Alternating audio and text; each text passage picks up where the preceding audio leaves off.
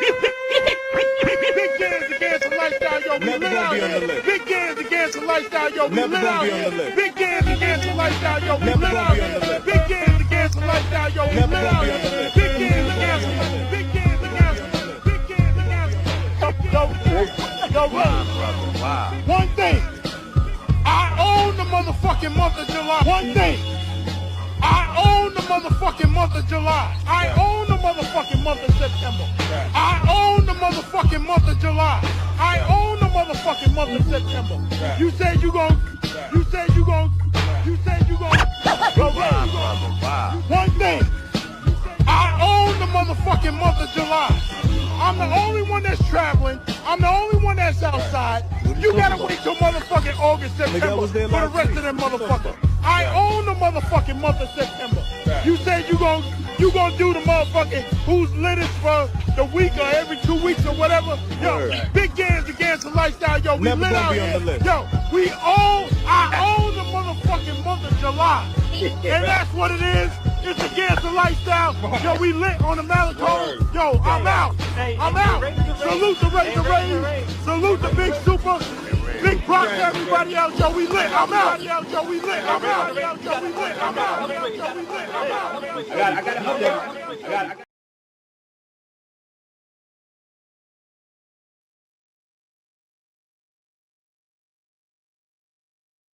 This is what's great about sports.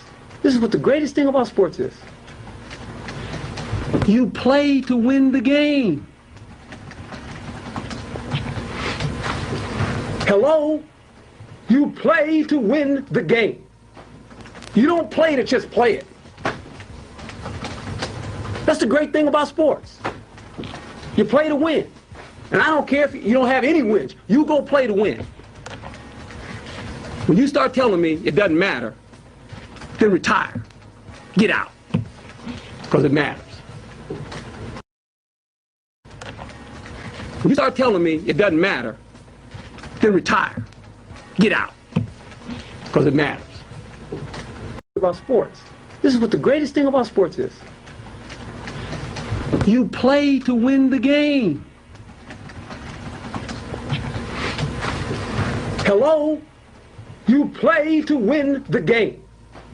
You don't play to just play it. That's the great thing about sports. You play to win. And I don't care if you don't have any wins. You go play to win. When you start telling me it doesn't matter, then retire. Get out. Because it matters.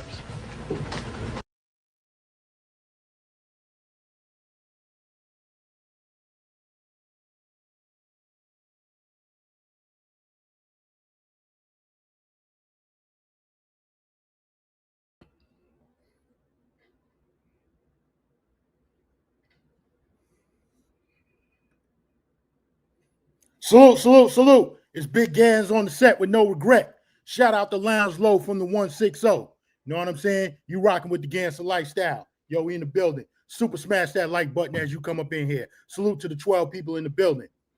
Yo, you already seen what it was. Shout out to Coach Herm Edwards. You play to win the game. You don't play to just play it. And over here at the GanZzta Lifestyles, we playing to win. Losing is not an option. We're going to get into some things today. I'm going to talk some shit.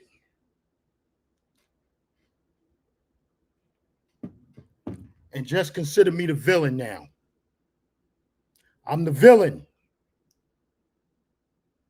Know what I'm saying? Because these motherfuckers out here, they want to be motherfucking losers. And we ain't losers over here at the GanZzta Lifestyle. Salute to Larry Jones. My channel is for cats who want to win. So if you want some loser shit, hit the motherfucking exit button right now. I'm going to give y'all a chance to leave because you're not going to like what I'm talking about.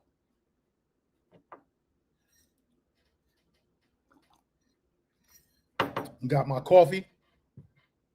But first off, we're going to get into this.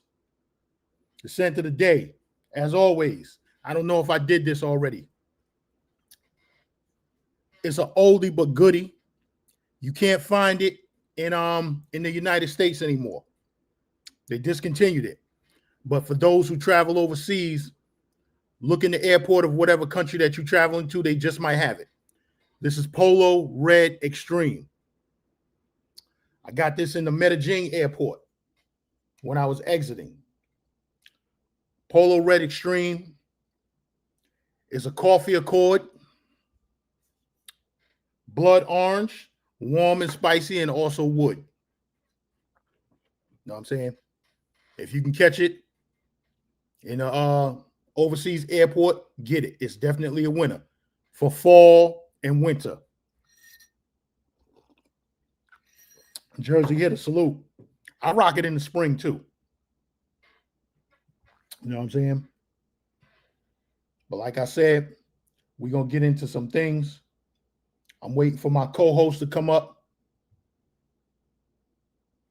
But like I said, my channel is for those who want to win.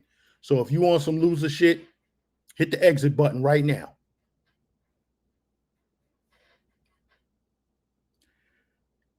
And in this travel space, there's a lot of losers out here. You know what I'm saying? And it's time to pull a coat. So motherfuckers gonna be mad at me. I don't give a fuck. I'm the motherfucking, I'm the villain now. Just call me Darth Sidious.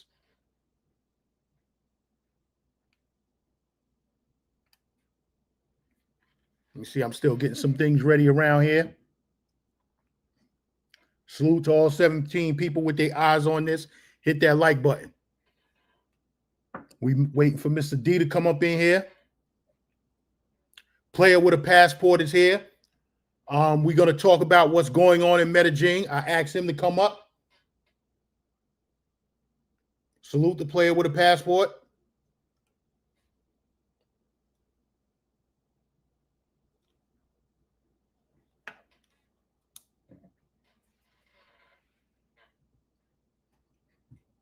So player with a passport, give me a second. Let me run down some things, and then I'm going to drop the link and bring you up because we can get, I don't know how your schedule is, but we can get right into what's going on in Medellin.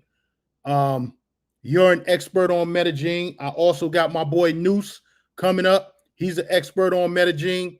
So Noose, if you're watching, let me know in the chat when you can come up.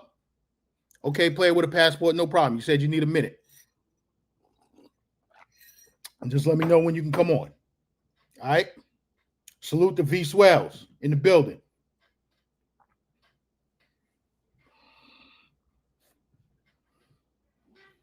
Y'all see my New York Yankee hat? I see that I have to be the one to bring the love back to New York.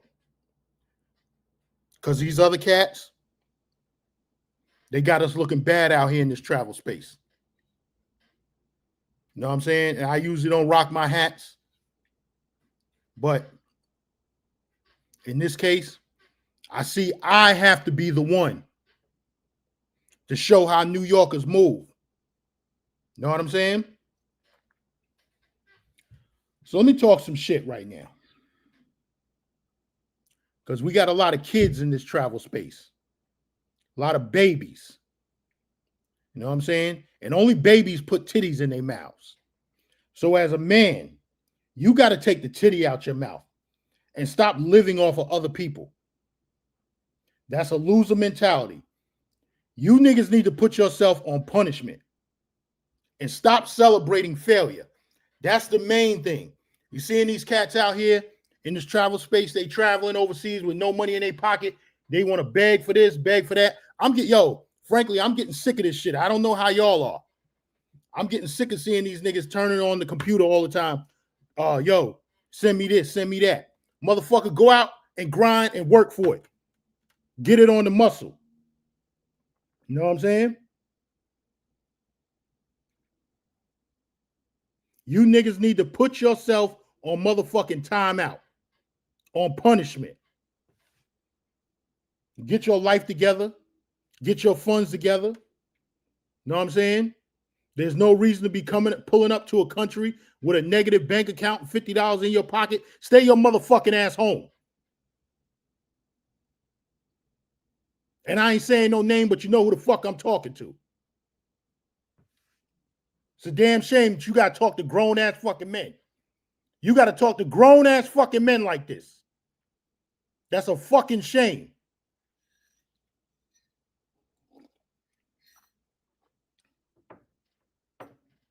So let me go on to say this.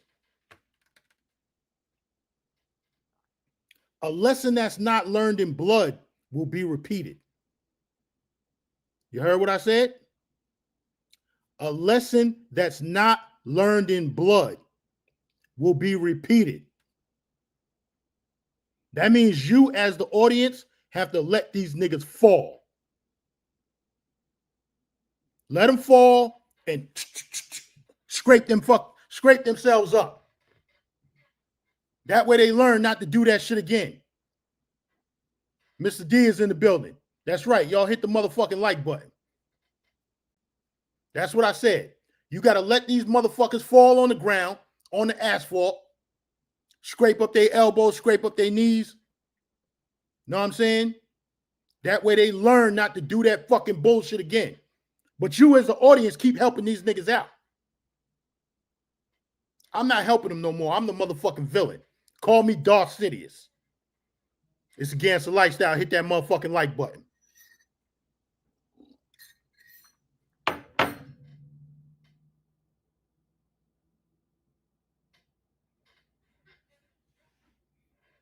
I told y'all a couple streams ago.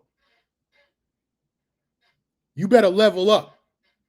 We going into 2026. Playtime is over. Know what I'm saying? You got to get out here and win because shit is going to get deep. The shit is going to get deep out here in these streets.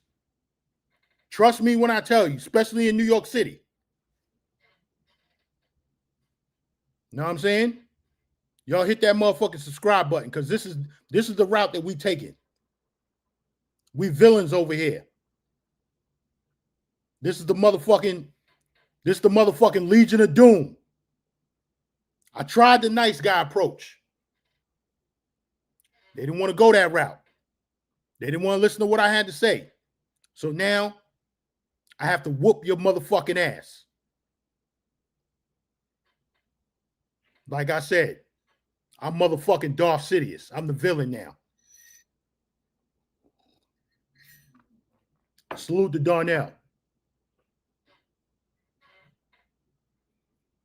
Motherfucking Noose is in the building. Player with a passport, let me know when you're ready so I can bring you and Noose up at the same time. So like I said, we out here in the jungle. This is the jungle. So when the lions go out and hunt,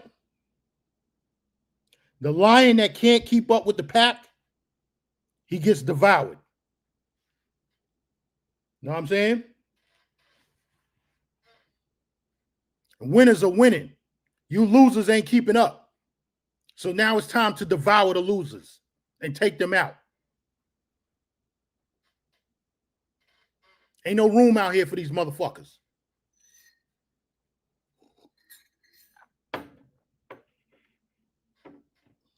And I'm not about to waste not one more minute of my time watching things that don't serve me. So if I can't get any type of information, you not teaching me nothing, what's the point of me watching your motherfucking stream? To get a laugh? The laughs is over. We going into 2026. The joke is over. It's time to pull the tent down on the circus.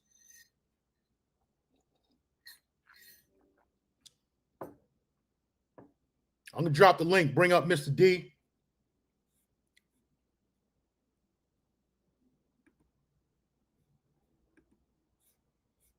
Bring up my boy Noose.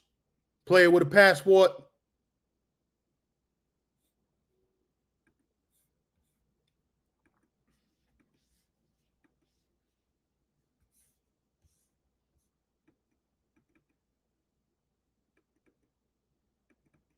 Give me a second. What's going on here?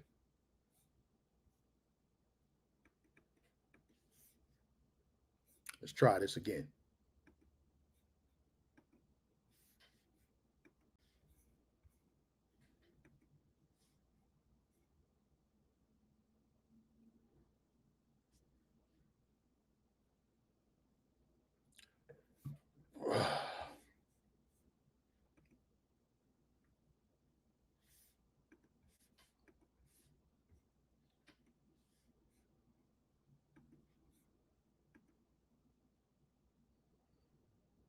The link is in the chat for Mr. D.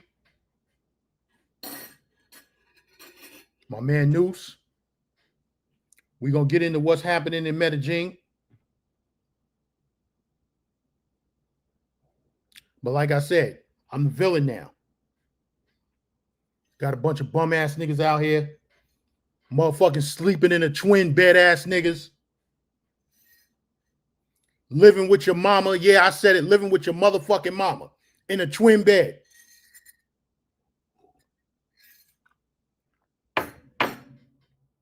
And I ain't got no problem. I ain't got no problem with dudes under 30. But you 40-year-old niggas, y'all motherfuckers need to stop. Mr. D, what up?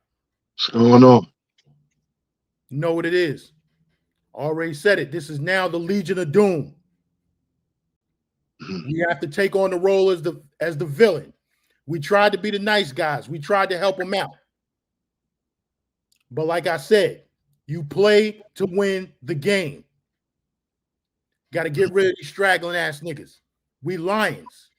If you can't keep up with the pack, you got to get devoured. You know what it is. Ho, ho, ho.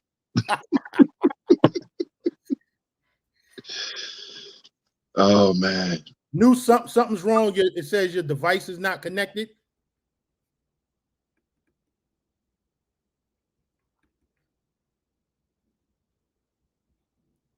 Okay. Go ahead. Yeah. I knew you. I figured you might play that clip of Herm Edwards. Mm-hmm.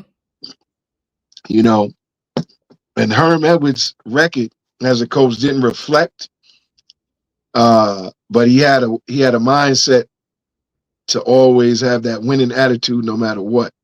Right. You know what I'm saying? Like we don't, like he said, you play the game to win. You know what I'm saying? It's survival of the fittest out here, man. Mm-hmm. So you ain't got no chance. You ain't really got no chance to sleep. Like they say, hustle sleep with one eye open. You know what I mean? So you ain't got that many opportunities to keep making mistakes over and over and over again. Mm-hmm. And having that loser's mentality is definitely a detriment to your life, your lifestyle. If you got family, you can't have that loser's mentality. You know, you want to give up so much. You want to throw the towel in, but that's a loser.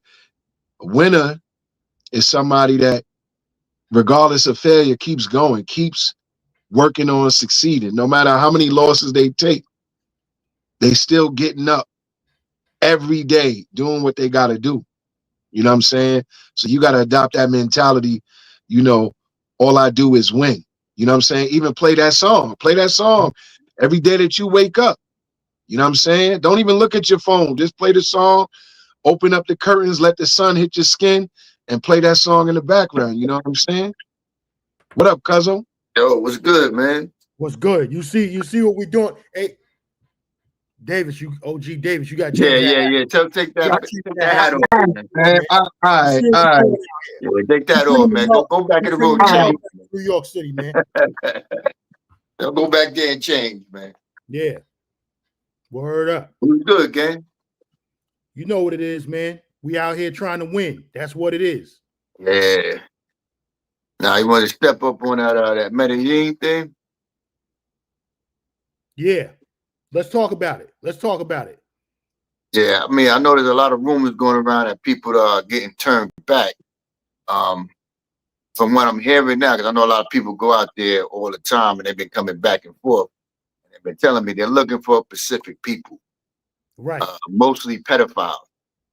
Hold on for a second, News. Travel Space Kings, I want you to listen closely to what my man is about to talk about. Go ahead. Yeah, he did. Okay. Yeah, it's mostly people, mostly pedophiles. A lot of people got caught. A lot of politicians, people that have, I'm gonna say, social status, have been caught with young females, and that's what they're looking for. They're also looking for people, content creators.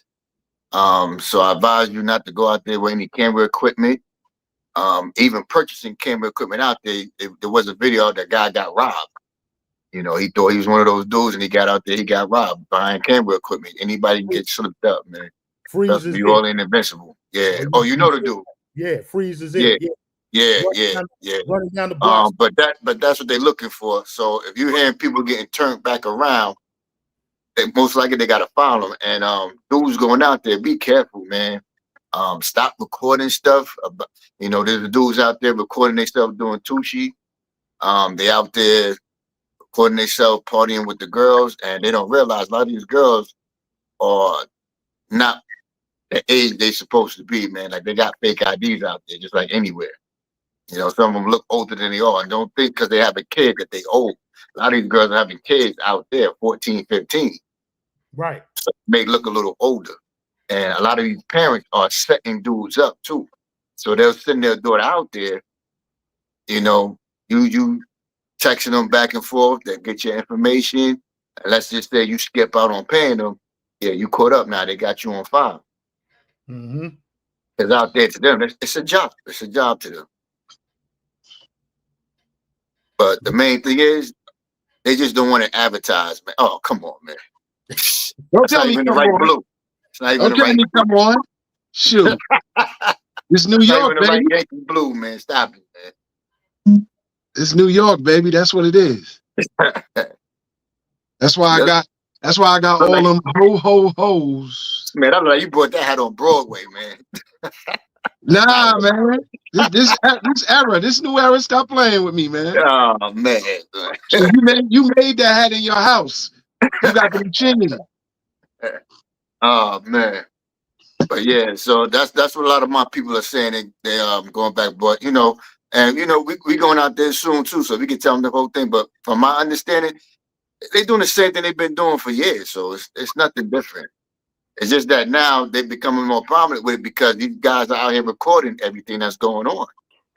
Right. That's like you hustling on the corner. You want somebody recording that there's drugs selling on the block? Nah, you don't want that. So it's the same thing. Not at all. ATL in the building. Welcome. Salute to all the brothers on the panel. Just checking in. Go ahead. Keep going. Salute, Yoga. What's going on, brother? Salute. Yeah, but go ahead, Noose. Yeah, but that's what's going on right now. So it's basically the same thing that's been going on for years, but that now they're coming more strict because people are out here advertising it, man. So they just don't want the exposure. They don't want their country to be known for that. Look what happened in South Florida. A lot of people was recording what was going on with the girls, the drugs, partying, recording everything. What they do, they started locking the girls up. They shut it down. Mm-hmm. You don't want it to get like that in Colombia. And I hate to say it, but it's our own people, man. They're having fights out there. Who goes to another country and have a fight? Black people. Yeah, like why would you do that? Well, man? I wanna chime in on that one when you say it's all people. No, I've traveled a lot, and I see the Russians and the Ukrainians and Canadians fighting more than I see brothers. It just ain't. It's not us that put it on. I mean, as far as advertising it on social media. As far as them taking drugs and being with the girls. Yeah. Well, let me respond to that little piece that you just said. I think that's a kind of an illusion, and listen to what I mean by kind of an illusion. What I've learned and seen now with the advent of this AI and the advent of social media, it seems to us that that's all been shown because that's all that's coming through all social media feeds. So when all we see is this fight or this. And it's only showing us the people that look like us and the videos that we associate with on social media. So it makes us think, oh man, the whole world seeing the videos that I see of Sosur and Colombia. No, the white people or the people on a different side of the world, when they look up those countries, they not seeing the same thing. They're not fed the same amount of videos. So it has us saying, oh man, all the brothers are going over there and acting crazy, because that's what's in our echo chamber through social media, and that's what's real dangerous about it. They control who gets what videos. And you got YouTubers that are travel YouTubers got like 2 million followers, and we never heard of them, never seen them, because they don't even allow those networks to cross over into social media. It's 300 million people in America, and we're not seeing everybody's social media. The only social media and the stuff that we're allowed to see is what they let us see. So we be thinking, oh, it's all the brothers that's messing this up and all this. When the Russians go and other people from other countries put in Colombia and Cartagena and Medellin, they seeing their people fighting. They're saying, oh man, all of the actual guys from Spain going over there getting locked up and stuff like that. And they're saying the same thing. If you go to their being their communities on social media, they almost saying the same thing you just said. Oh man, the bad amount of these French people going over to Dominican Republic and getting caught up in these sex things and such. And they actually saying the same thing about their community. So that's what the social media makes us think. And the reason why I'm saying it is when I went to Thailand, I'm saying the Ukrainians and the Russians actually have shootouts and stuff like that over all kind of illegal stuff and taxi stuff. And I'm like, wow, that's like they claim like Chicago is. So, but I just want to chime in from that aspect. It couldn't be us because we have too small of amount of percentage of passports to affect any of the numbers in those countries on a criminal stage. We insignificant, the amount of us that actually go there. It's insignificant compared to the other ethnicities. But go ahead. Mm-hmm. Drew G, salute to the panel. Salute, what's up, brother? Salute, Drew G. Good, good. I don't want to switch it up on you. I know y'all talking about Colombia, but the other night you mentioned Portugal, and I know we didn't chopped it up before about Morocco, but I just wanted to tell you that you should really look at when you if you go to Portugal and to Lisbon, just going over to Casablanca, catch that flight on over there. That's a quick hour maybe into Africa, right? And then you can catch your return flight back to New York. Right. Well, what I'm looking to touch on Cape Verde. Oh yeah, okay. I've been talking about Cape Verde for like 4 years now. Yeah. So when Keenan Lambert, salute to him, when he said that particular airline, you can catch a connecting flight from Lisbon and hit Cape Verde and then back to the US, I'm like, okay, that's something that I might be interested in. Yeah, that might be the deal. But yeah, your quickest spot is gonna be right over to Morocco, like we talked about before. You can hit up Casablanca and Marrakesh real quick, and then be right back over to Portugal. Like, I mean, you can probably do that 2 days. What's popping in Morocco? What's popping in Morocco? Morocco, so you can go to Marrakesh and catch the markets and things like that. You can go down to Casablanca, the mosque there. If you've never seen that mosque before in Casablanca, it's one of Drew G, your mic went out. the largest mosques in the world. And I think the direction that it points. Oh, sorry. Can you hear me? Yeah, we can hear you now. Yeah, we get it.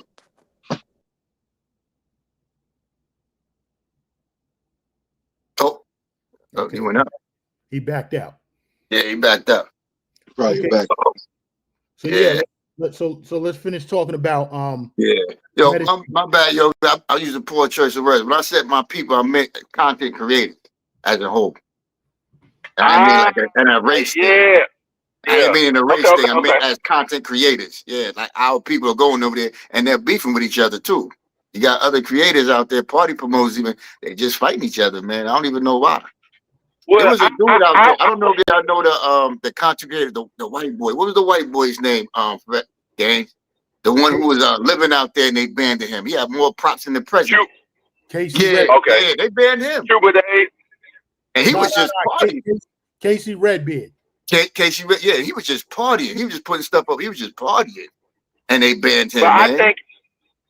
I think it's a thing of, all right, when COVID hit, but right before COVID hit, a couple years before that, that's when they start monetizing these social media websites from when you post your video on there from with your smartphone. And they made they made it where everybody in the world can have a smartphone, even if they're in a third world country in a shack. They made it where everybody's gonna have internet and these smartphones. So no matter what country we're in, everybody on planet damn near got one of these phones and these devices.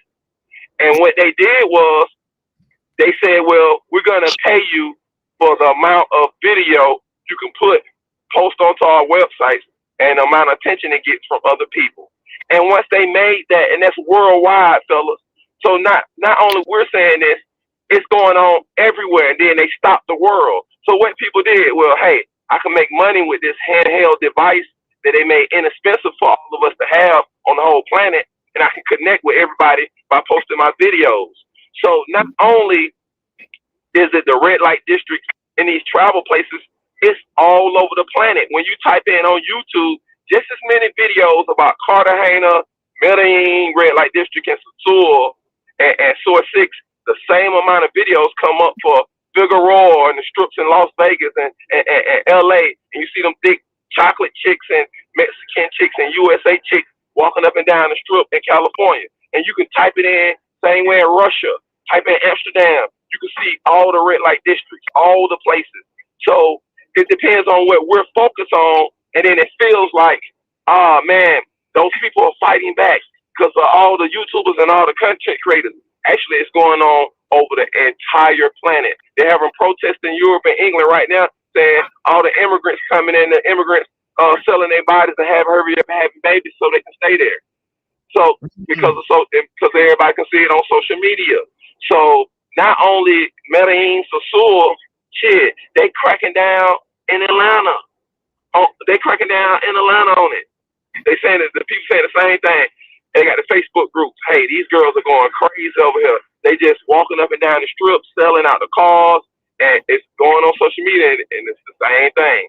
So it just catches national attention when the president, or it makes us think it's on a national attention level when the president of Colombia says something, or when the president of Dominican Republic says something. Well, our president actually saying the same thing without saying it. He's saying, hey, we got all these kids missing. That means human trafficking. That's what they put that up on, the pimping and sex tourism. So it's depending on how it's being marketed, I say. And I wouldn't even say necessarily YouTubers. They made it where everybody got this camera. You know what I'm saying? Yeah. Yeah, well, the way these cameras are, you damn near got a movie camera in your pocket. It's always been a computer, but now it's a movie camera. All these other cameras, you really don't need them because the iPhone and the Samsung both giving you cinematic views. You know what I'm saying? So, yeah. Yoga, talk a little bit more about what's going on in Atlanta, because Atlanta's always been a hotbed for that type of action, always going all the way back to Freaknik. Yeah, that's what I'm saying. They actually let it go on. So you got sides, so just like in other sides, it's like New York up there, they literally letting this stuff pop off, and it's no different than what we're seeing in Medellin. The only difference is the prices are higher. Right. That's it. It's the same exact thing. Well, like for real. Andrew Cuomo, the reason why they kicked him out of office the first time, he was going to legalize it in New York State. Y'all know that, did y'all? I ain't heard of that. Andrew Cuomo. Well, the Indian guy that's talking about running for mayor, talking about some, legalizing sex work up there. He won. He might. Yeah, he won. Yeah. He won. But that's what he won last week. Andrew Cuomo was going to legalize it, and that was one of the reasons why they got him up out of here, because he was talking about doing that during COVID. He wanted to legalize prostitution in New York State. Yeah. But let's be honest, fellas. now those people in Sasua, the government, the church people, the business owner, everybody that's involved, the kids, all of that, they see that. Hold on, this situation where men want women and don't want to deal with no other hassle and make it a transactional situation. They see how critical it is to their very existence of life. Now everybody needs to stop fronting now like it's such a bad thing, because now them people see it shut down they city and they talking all that, but then the kids not eating. And so now you see that now they're not locking the girls back up. Now this and that. So it's literally a balancing act that the wool has been pulled over our eyes since we were little boys, grew up in America under this Christian thing, and it was already going on the whole time. It was going on back when we were little boys. Mm-hmm. But this is what's going on, and it was a place in town where in all the different towns you can go to and get that. So this is what is going on. With the advent of us getting these cell phones and the internet, the veil is being pulled off all around the world. All that Buddhism and all that peace talk that they do all over in China and Asia, every one of them got a whorehouse city, and all Beijing, Shanghai, Bangkok. But then we thought, because we brainwashed in America, oh, they on the Buddhism, and then we see with the Indians, oh, the Hindu and all of that, they got the biggest clubs, they running the whorehouses. If the girls are chocolate and dark skin, they go for a lower price, and the light skin will go for a higher price. It's built in their society where they ain't gotta run around and go this and a chick talking to me crazy in the house, and I can't go and have sexual relations. And that's how they've been keeping their families. And we say, when they come to America, they got families and they built up and they ain't trying to tear each other down. It's why? Because they women ain't talking crazy in the household like that. Why? Because they have a outlet that they can go to, and it ain't illegal. And see, that's how them cultures been surviving. And now we get in our 40s, 50s, 60s, 70s to go ahead and travel, and we say, that's how y'all been doing it over in China, over in Thailand. That's how y'all been doing it in Indonesia. Well, all they do is teach us y'all religion and how strict y'all are. Okay, that's what's going on in Dubai.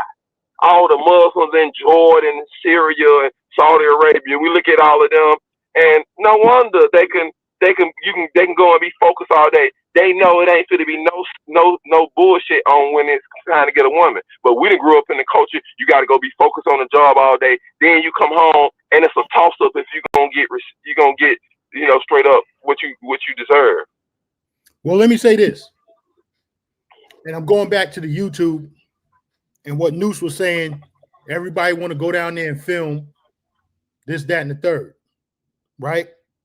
Now you want because they saw Kevin Samuels and they think they can make some money. These white folks is paying people for views on YouTube. That's the only reason they doing it. If social media stop paying, watch all these people stop filming. Oh, this is my vacation trip. We got 1 million of them. Watch they stop it. Right. So now they want to go down there. They want to blow up the spot. And I might be partially to blame. Listen, I ain't been doing it too long.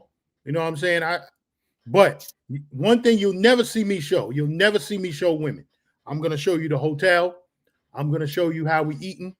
I'm going to show you different places to go. I'm going to show you lifestyle. I'm not focused on showing women. You know what I'm saying? Yeah. So let me say this. These YouTubers want to go down there. They want to show this. They want to show that. And it's about clicks, views, and likes, right? And this goes back to you play to win the game, because now these motherfuckers want to make YouTube their main hustle instead of our side hustle. YouTube is a gamble. You know what I'm saying? It's like we out there on the corner shooting CeeLo.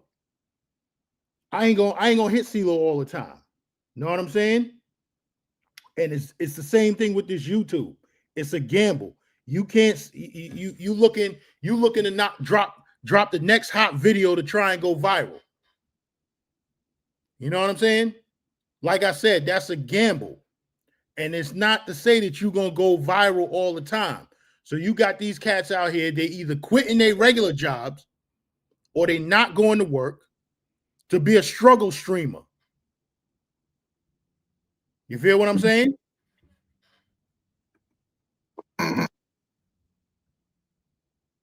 Mr. D, you good? Yeah, I'm good. I'm good. So you had to back out. So like I was saying, they quitting their jobs or they not going to work to be a motherfucking struggle streamer. Man, listen, I had this YouTube channel since 2013. I didn't have time to go live on YouTube, but I was watching a lot of shit. I seen the Taylor Made Dreams. I seen the Charles Tylers. I forgot who else. A lot of different YouTubers I was watching. And I said, okay, that's good, but I ain't got time to do that shit. I got to get on this grind. I got to get out here and make this money. You know what I'm saying? Because don't know what this YouTube shit gonna do. For me, it's a side hustle. Now that I'm retired, I got more time to do it. But like I said, it's a side hustle. That's what it is. And that's what these cats got to see it is. You know what I'm saying? Going out there, quitting your job. Man, yo, that fucking loser mentality, I can't deal with it. Y'all go ahead. Yeah, I can't vouch for that, man. Quitting your job, steady pay for a possibility, that's not smart, man. Mm-hmm. And Larry J. Fly, he just said it. Yeah, I see. I'm familiar with Philly Dom. The motherfucker quit his main job to go and do YouTube. Now he up in Alaska trying to catch fish. Come on, man. Now he in Alaska because they give you that stipend up there. They give you that cost of living stipend once a month. It's like, I think it's up to like $500 now, and that's in addition to whatever you get paid. So a lot of people will migrate to Alaska. They'll go, become a part of a fishing team who's out on sea, maybe 3 months at a time, depending on what they fishing for, and make their bread that way. But when you become an Alaskan resident, everybody that lives there gets a cost of living stipend. Right. Now, Freddie Mac says YouTube is a full-time job for the youth. Listen, my daughter also does YouTube. She's 22 years old, right? She does it in her spare time. She go work a little job over at Stop and Shop. She go to college. And then, when she ain't doing that, then she get on there and do whatever she does on YouTube. But she knows this ain't the main hustle. It's a side hustle. So Freddie Mac, I can't agree with that.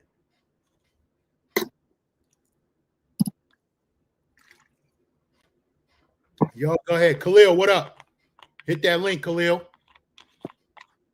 And you and Yoga, no arguing today. We're not doing no arguing on this stream. Freddie Mac said, I've been told these cats MTA hiring, and they playing. That's right. Know what I'm saying? Everybody in the sound, youth in the sound of my voice, if you in New York City, go take all these city exams, man. Yo.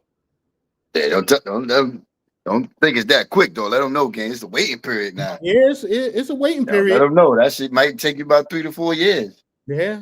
Yo, but but you know what it is. Like, one of my old bosses used to work for the NYPD.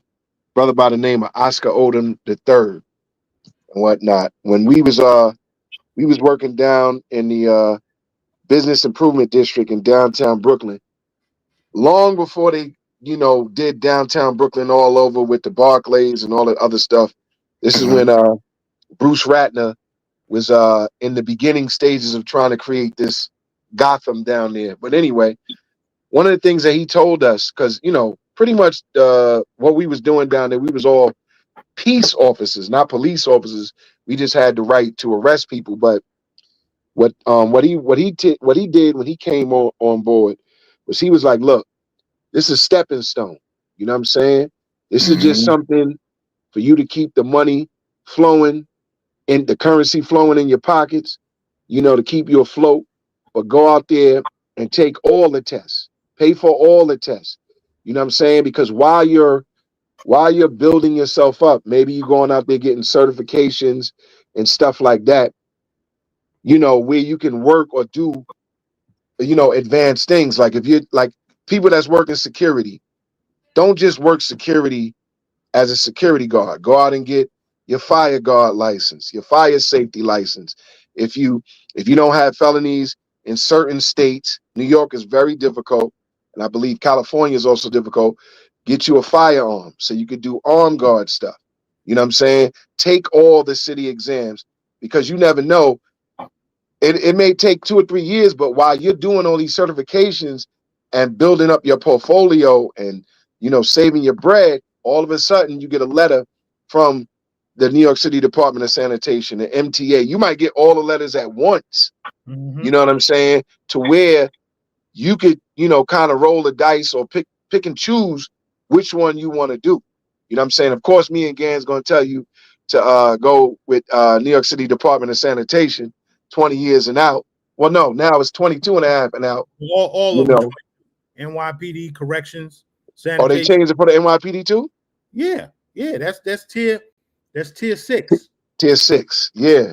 So you're basically, what you're doing is, as you're building yourself up now, granted, if you're doing YouTube, always utilize YouTube as a hobby. You know what I'm saying? Like I saw in the chat, I think Freddie Mac mentioned about Kai Sanat and ISO Speed. Now, these two individuals capitalized on the lockdown. You know what I'm saying? People gain interest in watching people play video games, doing all type of crazy things, to where now you see ISO Speed can't go nowhere without security. It's almost like he walk around like he the president. You know what I'm saying?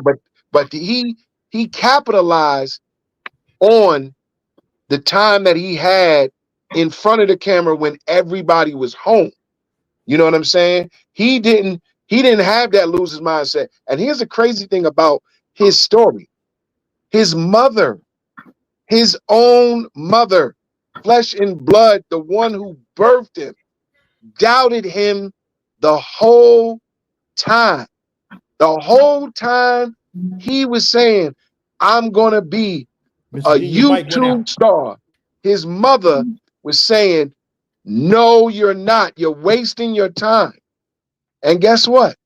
Now his mother, allegedly, I seen video, and you know they raised the audio, been asking him for money, been asking him to pay bills and stuff like that.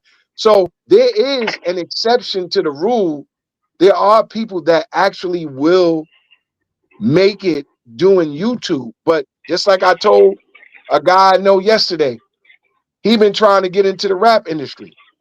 Now, anybody that knows anything about the industry, it's no longer the industry, it's the music biz. You know what I'm saying? So it's all about gimmicks, you know. And I told them, I said, just like you got a guy like Joey Badass and a couple of other artists that they've never gone with trends. They've stuck to the script. Hey, listen, you got so many ways to put your music out there. TikTok, all these social media networks, and so forth and so on. Don't give up on your dreams. No, keep that winning mentality. Keep that winning mentality. You can achieve your dream, but guess what?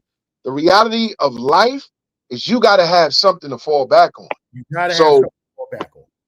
Yeah.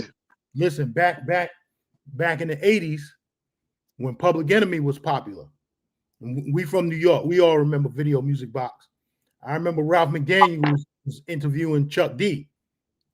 And Chuck D said to the kids out there, and I remember because I was in high school trying to rap, don't quit your day job for this rap shit, because it's not going to take off for everybody. And me coming from Staten Island, yo, it was so many rappers out here. It's so many nice MCs on Staten Island that you didn't see make it. RZA took the 10 from his hood, from Park Hill, Stapleton, that he came up with. And all these cats just so happen to be nice MCs. RZA used to fuck with a dude named Forrest. Pretty boy, Hazel Eyes, could rhyme his ass off. Know what I'm saying? And we was always like, yo, when RZA came out with that solo joint, ooh, we love you, Joaquin. That's back in the days, right? We was like, yo, why he didn't take Forrest with him? Because Forrest, even though he could rhyme his ass off, he wasn't serious about rhyming. You know what I'm saying? He had a backup plan, and he ran with the backup plan. Now it just so happened he got into some other shit, and that's the reason. That's another reason why he didn't go forward as a rapper. He got into some legal shit. I'm not gonna put his legal problems out here, but you talking about an MC that was nice, and what I'm saying is so many dudes on Staten Island for some whatever reason didn't make it. You got Pop the Brown Hornet, shout out to him. You know what I'm saying? But yo, RZA took them 9 MCs and they made it happen. Method Man, we always knew he was gonna. We always knew. Can I chime in on this topic right here? Go ahead. The plane's taking off again, News. His plane gonna take off and land and take off again. I already know how you get down, man.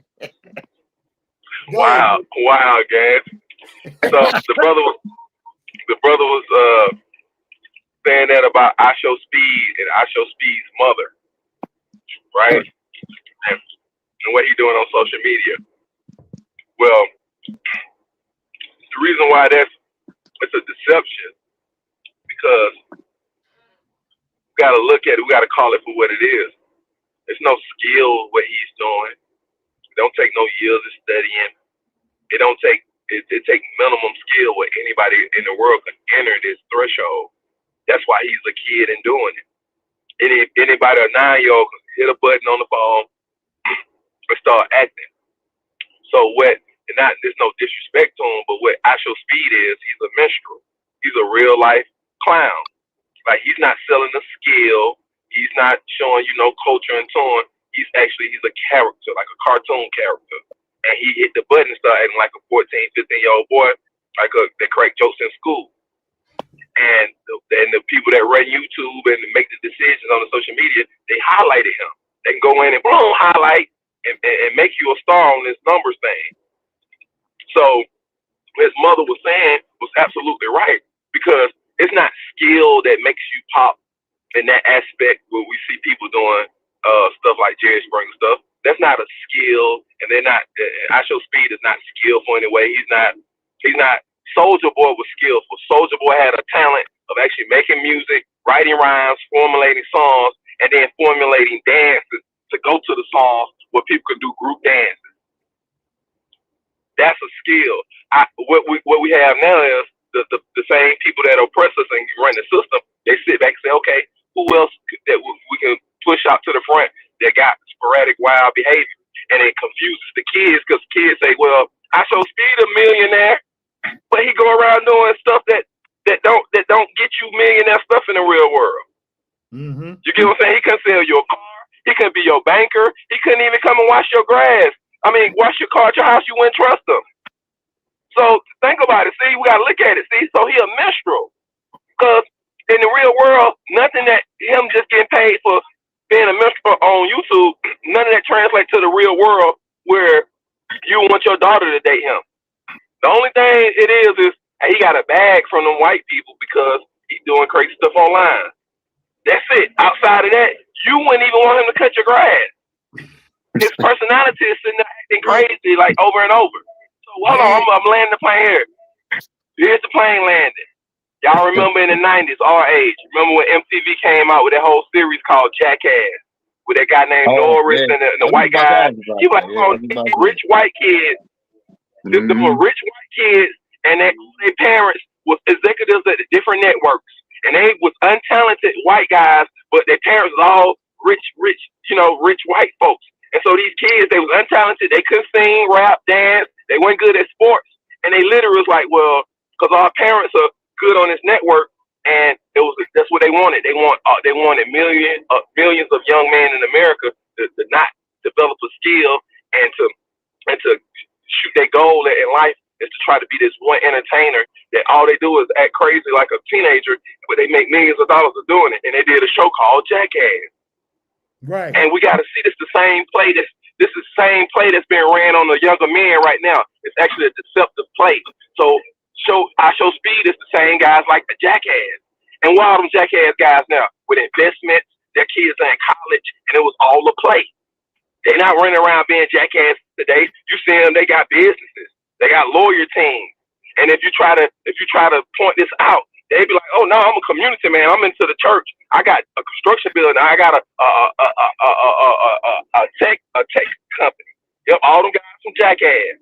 But see, so they played the jackass role on TV, but they all came from well-to-do homes where they weren't allowed to act like that. And see, this is the same thing. So it's to deceive all the black kids to say, I can act a fool like Show Speed and these other guys. And look, they making money. The white people paying them, YouTube paying them. But if Show Speed popped up the same way and say, hey, I got a 1600 on the SAT and I got accepted into Morehouse, Harvard, Princeton, and Yale, and Stanford, he would not have 1 million followers, and they wouldn't treat him like that. Because this young man, black man that do have that, we'll see him on the local news, but YouTube will never blow him up. Mm-hmm. See? So Show Speed is not really a success. And we're looking at this wrong. And I'm being honest, a lot of us come from the rap era, and we want to be entertainers. So we look at this YouTube stuff and this social media as a second way of, it's a business. Not really. They control what numbers who get what numbers. They control who sees it. It's not, the whole world is not seeing your YouTube or your social media page. And then they cherry pick what content they want, just like regular TV. Hey, we need an asshole, so we're gonna pull somebody that's on there, and then we're gonna push them to the front, and everybody say, oh, they're so talented. No, they're not. Jay Rello not talented. Show Speed not talented. Them guys from MTV Jackass, they was not talented. If they was, they would be doing that craft and that skill today. But they're not. I'm gonna give you an example. DJ Kid Capri is talented. That's why back in them days in MTV Jams, he was DJing, and today DJ Kid Capri is doing what? Going around the world DJing, because that's a skill. You see? Jackass went up skill, and them guys that did, you remember the Girls Going Wild down in New Orleans on French Quarters? They were going videotape everybody in the 90s, showing their titties for the beat. Where they at? They ain't make no influence. They ain't make no movies that we be like, oh, they made a movie in it, like the Malcolm X movie or movie like, you know, any good movie that we're going to see in the X-Men or we're going to see in the movie theater. Because they wasn't. They was amateur pornographers. So all they did was took their cameras and creep cam the girls and gave them the beats in 1991, 92, 93, 94 on French Quarters in New Orleans. And everybody was like, oh, they're so successful businessmen. No, they not. See, they ain't in the music, they ain't in the movie industry now, because anybody could get a camera and flash and get the creep cam the girls that's 18-year-olds in college flashing their titties. It wasn't a skill. But everybody, because it gets attention and money right then, we all kind of halfway label it a skill. You see what I'm saying? And that's why I'm giving y'all those old examples in our time. This the same thing with showing all these girls in Colombia, Seoul, and Thailand. That's the same as Girls Gone Wild in 1993. See? And all this crash out shit that we saying, and the shit that Show Speed, that ain't nothing but Jackass them at MTV in 1995, 96. See? And see, the white people pay for that. See? I'm showing y'all they pay for that type of, they want that to be broadcasted so it confuse the other kids. Because the other kids be like, hold on, that don't make sense how they acting. But how are they getting paid when my parents are telling me I need to be a doctor, I need to be a lawyer, I need to be a dentist, I need to be a mechanic, I need to be doing something that helps society, that help real other people, like nursing, like you need medicine, you need to go to the pharmacy, you need a teacher, you need an airplane pilot, you need somebody to trust, you need the garbage man to come get your sanitation so it don't build up in your neighborhood. And then the kids say, damn, my parents telling me to do real world stuff that I need. I like shoes. I want people to make the shoes and the clothes I wear. But then they see the TV and they say, well, damn, I cut on YouTube. Show Speed, he only 20 years old and he making $10 million a year.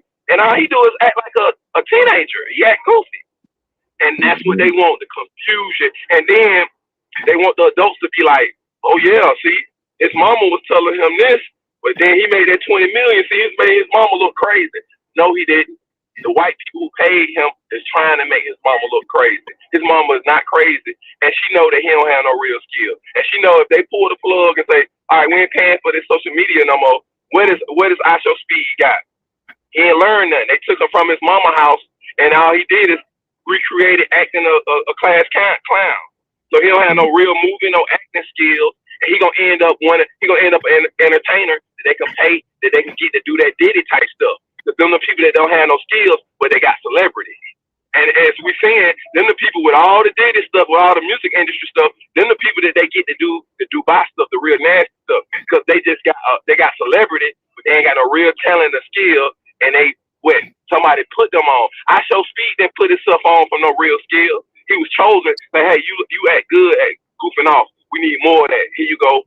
Yeah. And you see, they want to put the clowns up. They want to put the clowns in front of you. You know what I'm saying? Yeah. So I don't call him successful, and I don't call that successful social media. I just don't. Not because it's not a skill. I like social media. When I see something on social media, I done seen something that blow up, and it's an actual skill. Right. But we can say, oh, goofing off of being a clown, goofy is a skill. Right. No, being a minstrel is not a skill, because anybody can be contradicted and act out of commonality in any culture you go to. You know, and he know that the attraction is when we see I Show Speed going to these other countries. When over there in China, they're looking at him like, hey, look at how disrespectful this Black American is with his body language, with his behavior, with how he acts out and yell. They're not coming to I Show Speed like, hey, this guy's giving some wisdom. He's going to heal some people. He's going to show you something so you can be financially better. He's going to show you how to run a business. He's going to show you with relationships how to get a husband or a wife. He ain't showing nothing like that. They literally looking at I Show Speed because they're saying he's actually disrespectful on everything he does. And wow, the Americans don't check him. The Black Americans, they don't check him. And they're looking like, how could America be so amazing country, but this is what they're producing in their young man. And that's the actual attraction with I Show Speed. It's not a skill. Tell me I'm wrong. You ain't wrong. He's well, yoga, you're not wrong. I don't disagree with anything that you've said. Like I said in the beginning, in my statement towards Speed, is that he's the exception to the rule. He's one in God knows how many people that have tried to do this YouTube thing. And even some of the people, like you said, that have skills, they're not, the spotlight is not on them, because that's not what sells. That's like, we can sit here today and speak positive all day. And yeah, some of the more committed subscribers, followers, whatever, of the GanZzta Lifestyle will respect and get something out of this. But if Gans right now goes on a tangent and says, F NYC the future, yo, I'll put J Rello on a split list and all this other stuff, guess what? Now them numbers will go up. So I get what you're saying. Yeah, minstrel been a thing for a very long time, even before look at how the numbers just spiked when you said that. That's crazy. You know, but we got player with a passport on. Yo, player with welcome to the stage, player with a passport. Yo, let me what's going down? I put that up there because I went to high school with Cool Kim. You know what I'm saying? Me and him, we friends to this day. Curtis High School, salute. And Freddie Mac, he says the youth don't want to grind, they want fast money. But yo, isn't that always been the way the youth, that's why we got into the drug game. Well, some of us got into the drug game because we wanted that get rich quick.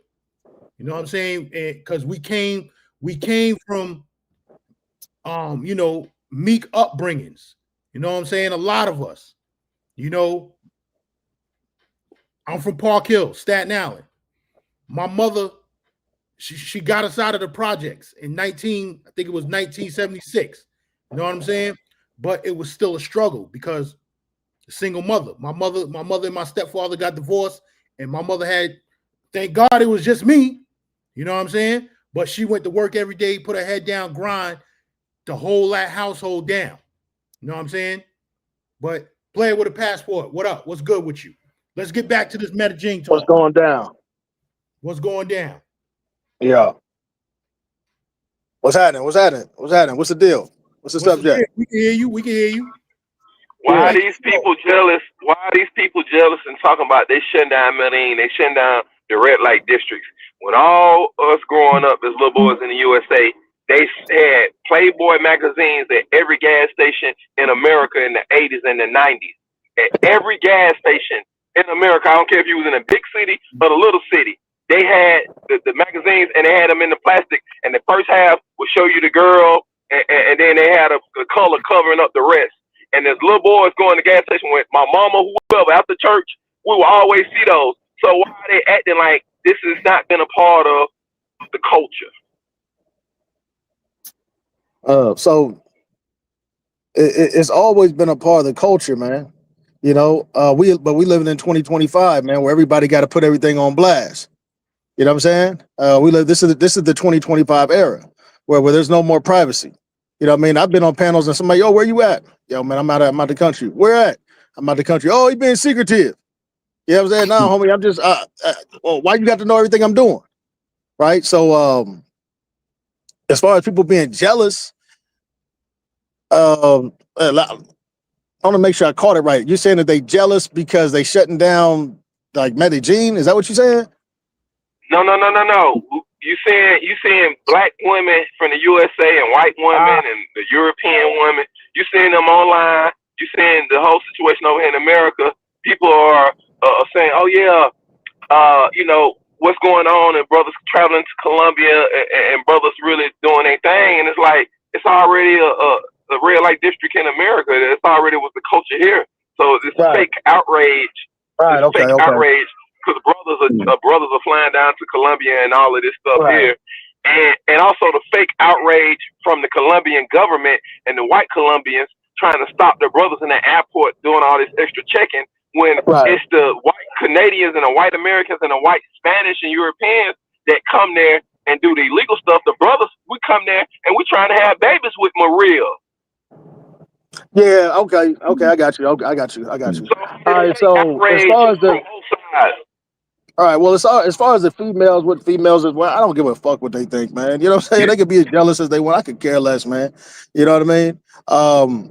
As far as you know, the outrage, thinking that it's all brothers, you know, just from what I'm seeing, it's the brothers that's putting the stuff on blast. Not saying that these other cultures ain't into the same thing, but they not doing whole videos about it. You know what I mean?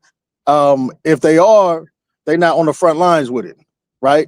But yeah, I mean, as far as the government, you know, trying to come down on brothers, this, that, and the third. Listen, man, black people, we always gonna be getting picked on. Anywhere we go, we always gonna be the ones that get the brunt of whatever discipline or whatever, you know, another group is trying to put down. You know what I mean? But we also got to remember, man, that there's a lot of politics involved, man, taking place now when it comes to Colombia. Right? Because you got Trump going back and forth with the president. You got Trump going back and forth with Venezuela. You know, Venezuela and Colombia, they won. Right? The Colombians may not like the Venezuelans, but as far as country for country, man, that's big brother, little sister. You know what I'm saying? So cats are going to catch, how can I put this? When a bomb go off, right? It creates a big ass crater. Right, but then fragments of that bomb also explode, and if you in that bomb radius, you're gonna get hit with shrapnel. Whether you a part of it, whether you was in the radius, whether you was close to it or you was away from it. You know what I mean? So even if you ain't even involved in any of this BS, right? The fact that you got the political stuff taking place, the fact that you got people putting things on blast, you now become a target, whether you want to or not. Whether you're a part of it or not, you know? And if you go to, you know, Medellin, even if you ain't got nothing to do with it, there's a chance that you may get hit by some of the shrapnel. You know what I mean? So cats just gotta be mindful of that. You know, there's nothing wrong with Medellin. You know what I mean? As far as the government, you know, trying to have this outrage, man, listen, man, it's all that Parque Jettis has always been Parque Jettis. Cartagena has always been Cartagena. All that stuff that's taking place, it's always been there, right? But this president of Colombia, he ran on this. He ran on shutting that down, you know? So now Boom, they need somebody to pick on. They're gonna pick on the brothers, right? And we should be used to that. Mm-hmm.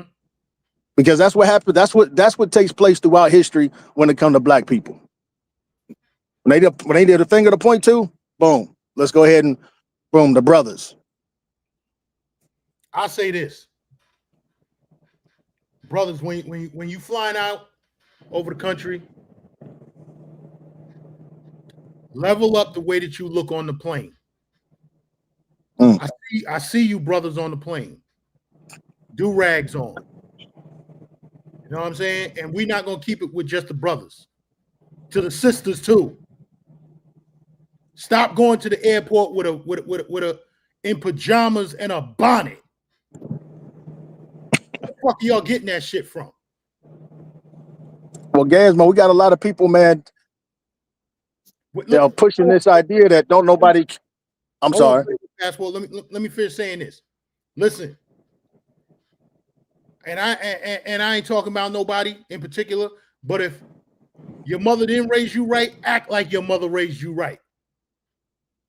Common sense ought to tell you, yo, you don't go to the airport flying into a country with a bonnet and pajamas on. Now, brothers, we not as bad as that, but yo, take the do-rags off. You know what I'm saying? Act like you got a little bit of class about yourself. And I'm not saying that you got to dress up in a suit on a plane. You know? But go to the barbershop before you fly out. Get yourself lined up and cleaned up. You know what I'm saying? Look presentable. Act like you going somewhere. But go ahead, play with a passport. Continue on. No, I was gonna say, man, just have some self-respect. Exactly. Yeah, have some self-respect about yourself, and carry yourself accordingly, man. And also remember, like, you in another country. You know what I mean? Like, we ain't catching this. You ain't catching no flight down to South Beach for the weekend. You in another country. I think I heard earlier a little piece where they was I think they was talking about, cats fighting out the country. That shit's ridiculous, man. Like, you in a whole nother country. Mm-hmm. I don't know how cats can be that comfortable.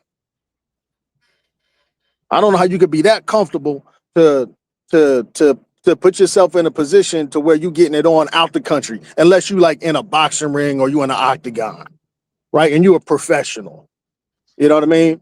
But just to be out in the street, oh, nigga, ain't you Gans? Yeah, I'm big Gans. Man, what was you saying on the live stream? You know what I'm saying? Yeah, What's that shit you was saying on the live stream, nigga? You know what I'm saying? That we dusty? You know what I mean? Like, come on, man. Cats got to grow up, man. We in our 40s and our 50s and our 60s, man. At some point, you reach a level of maturity where you can just make it happen. Right. And see now, and it's funny that you say that, because I used to fight against that shit when the sisters were saying it. But then I get on the plane and I look around. Yo, the fucking sisters is right. Y'all niggas flying out looking fucking dusty. Where the fuck we do that at? You know what I'm saying? Oh, I'm going to wait till I get down to the zoo to get a haircut. The fuck out of here. You from New York. All these motherfucking Dominican barbers in New York City. You can't go get your motherfucking self cleaned up? Dominican barbers in Atlanta. I know they there. Dominican barbers in Florida, Tampa, Miami. You know what I'm saying? It's no excuse for that. Continue on.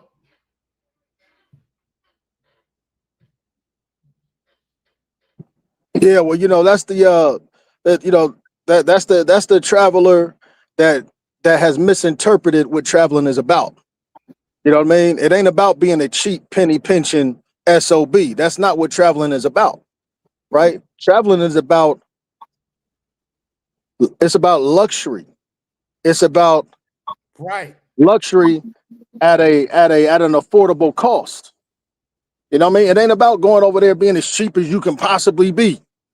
When that dollar, once you exchange that dollar stretches, and because that dollar stretches, it affords you things that you may not necessarily be able to afford on a regular basis when you're in the States.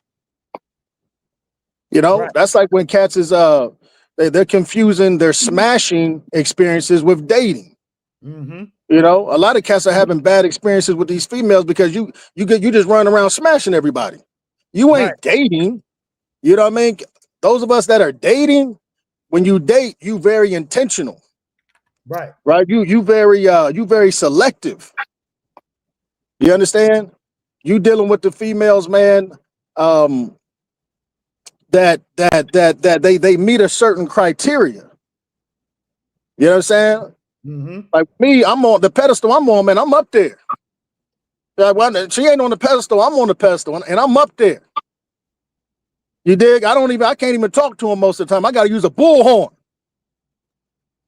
You know, because I just refuse to come down off of my high horse to communicate with a broad that ain't on the level. Okay. Right? Play with a passport. Let me get to a couple of things in the chat. Go ahead. User I can't say his name, but he says, I wear my do-rag, Gans. Wait, hold on. Let me go back. I gotta go back up. While I'm going back up, Khalil says Gans wants you to travel in a three-piece suit to a third world country. I'm not saying that you got to travel in a three-piece suit. What I'm saying is have some decorum about yourself. You know what I'm saying? Have some class about yourself. Look clean. Don't look like you just like you just woke up out of the bed, didn't shower, didn't brush your teeth, and went to the airport. You know what I'm saying? And where's he at? He said, Gans, I wear my do-rag. You ain't got hair. Nope, I don't have hair. I want my hair to stay fresh. Okay. So let me ask you,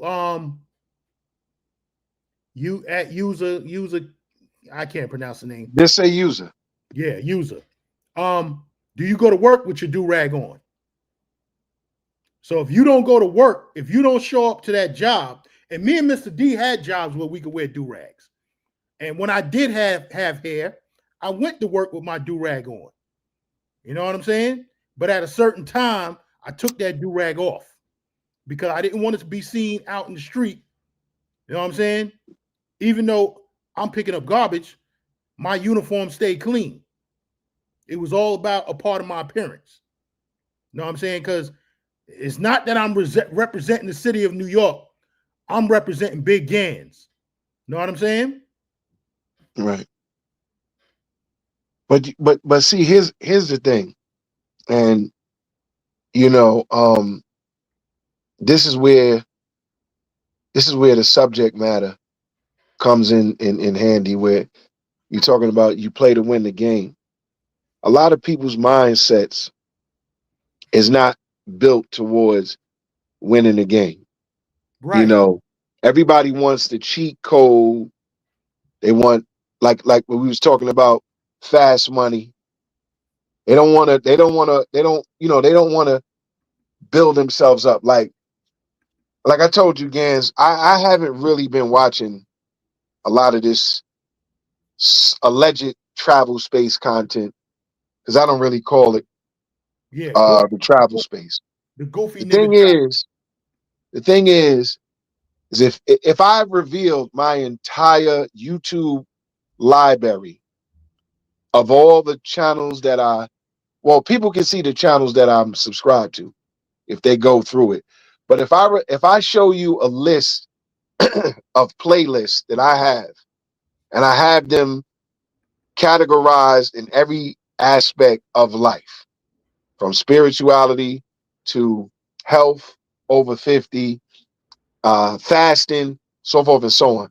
But one of the playlists that I have, and it's a very small playlist because I don't see a lot of content on it. I guess it's not, you have to really search. But I have a playlist called Etiquette. And in that playlist, it basically shows you how to sit at a table, how to use your forks, how to use your knives, how to properly sit and address your waiter, whatever the case may be. See, I'm the type of individual that I like to know how to present myself in every possible situation that I can be in. You know what I'm saying? It's the same thing. Like, I think Khalil wrote something earlier. I don't know if you can highlight it, where he was saying create an itinerary. A lot of these individuals do not create itineraries because there's only one mindset. Facts. Box. That's all it is. They don't care. Listen, I can tell you, most of these people that travel is individuals that, like Khalil said in a joking fashion, Spirit Airlines, whatever. I don't care what airline you take. If you're traveling, right? But the itinerary is simple for them.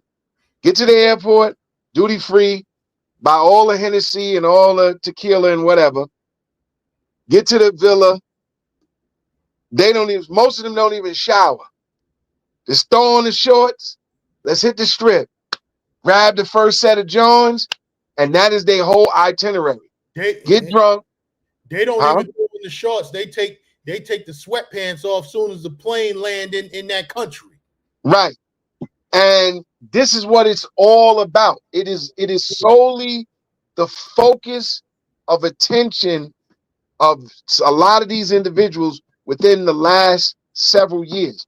I will never, ever forget. I think it was a year ago? I go to Santiago, Chile. And people are asking me on my posts, what made you go to Santiago, Chile? Like, what made you go there? Like, why didn't you go to Couture? I asked you. Right. What made you go there of all places? Because I wanted to see another country. I wanted to see a different culture. I wanted to see different things. You know what I'm saying? I was in so many high altitudes in Chile. I ended up catching bronchitis because I was in the mountains. I was high up. I was doing all these different things. You know what I'm saying?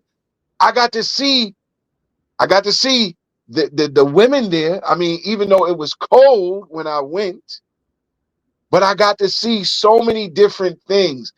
And on top of that, I went to Brazil while I was there. Even though I got sick when I got to Brazil, but the point is this: broaden your horizon, change the way you think. Listen, box is going to be there till the end of whatever. It's going to be there. It's not that serious. You know what I'm saying? Go see a beach. When you go to Medellin, instead of staying in Parque Iris, Central, and all those little clubs, why don't you go up in the mountains? Go up to the top where they have the exclusive bars and the exclusive restaurants and the top tier of everything. Do different stuff. And see, change your mindset. You have a losing thing. That's the one thing I didn't do. And Noose dropped off the panel. But if you still watching, I want to go to Comuna 13 at night. Play with a passport. You been up there at night? Yeah. Yeah, man. Yeah, I've been to Comuna 13. I mean, my man used to have an Airbnb out there. I mean, at night, though. At night. To check out the clubs. Yeah, man. It's a vibe, man. You know, there's a lot of different experiences, man, that Casket get involved in. I just you check your DM, I just sent you something. You know what I mean? I went there with a friend of mine, a nice little 3-day getaway. You know, tranquility, just peace and quiet. You know what I mean? But cats have to want to do something different, you know, because traveling is about experiences, you know. But when your only experiences in the States are going to the bar and going to the club, it's hard to get out of the routine for some of these cats, unfortunately. You know, and so the priority becomes box and only box, you know. But if cats would just get out of the norm and just break the routine, it's going to open up a whole different travel experience for you. And, you know, as far as that BOX, it's going to be a whole nother level of BOX. Different travel experience. What's that? Your mic is getting feedback. You got to turn on. You got to turn on. I got you. Nah, I just jumped back. I had to cut out for a minute, man. Yeah, but I'm back. Yeah, I've been at Communal 13 at night, man. It's nice. Yeah. Yo, just to answer that Freddie Mac comment, he talked about Sebastian Telfair. Listen, that's all for play. He didn't, trust me, he recorded that intentionally. That was just to kind of, you know, get attention towards him because he had to turn himself in. He's up, I think he's up for like 4 to 6 months.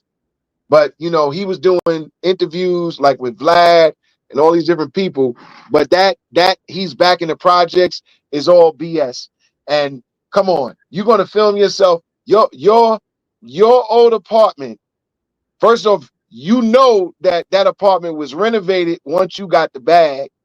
And you're going to tell me that your mother, and I know, God bless his older brother, Danny, who passed away during COVID. Danny was my coach when I played ball. And he also got another brother, 530, Jamel Thomas. Y'all got the bag. There's no way in the world you're going to tell me that your mother left that crib looking like that all these years that you've been dealing with the NBA and all that other stuff, and you had mansions? Nah, that Freddie Mac, yeah, that was all BS. That was just for the optics to kind of make people feel sorry for him. Trust me, that definitely was a play. But anyway, yo, let me no, I was just going to answer a Backyard Life. Had made a comment in the chat. You know, I don't think Cass is trying to shut down P for P. You know what I'm saying? Well, you can't shut it down. You know what I mean? I think Cass are just telling, we're just making aware that, hey man, there's a lot more to travel than the box. There's a hell of a lot more to it. You know what I mean? And those experiences that you experience should cause you to grow as a man and as an individual. You know, as I've said before, if you traveling in 2025 the way you was traveling in 2020, man, there's nothing going on with you. You ain't growing, you ain't learning nothing. You know, as much as cats want to try to talk down on the United States, when you go into these different countries and you start seeing real poverty and you start seeing people literally unable to get opportunities, that should give you an appreciation for the USA. You know, right. If you just caught up in the mix all the time, you can't even, your eyes ain't open. You know what I mean? Your third eye ain't open, nothing's open. Yeah, play it with a passport. I'm glad you mentioned that because I went to Kenya. And, you know, lately they've been, everything Kenya. But here's the crazy thing. Kenya definitely, you know, they're building up or whatever the case may be. But to see the poverty in person, like, it's nothing.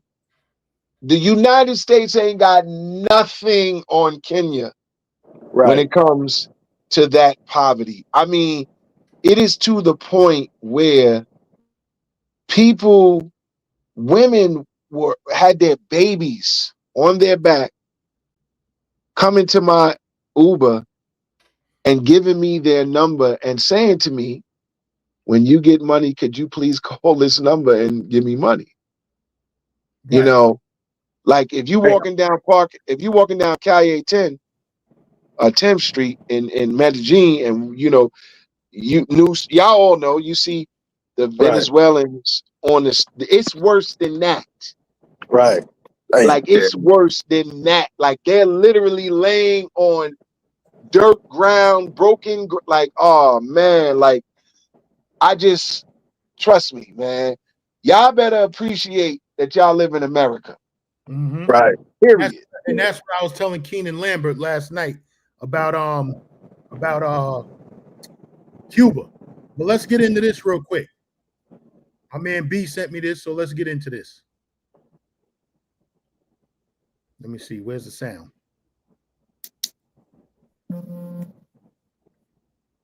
Port Bros movement is not merely a movement, it's an ideology.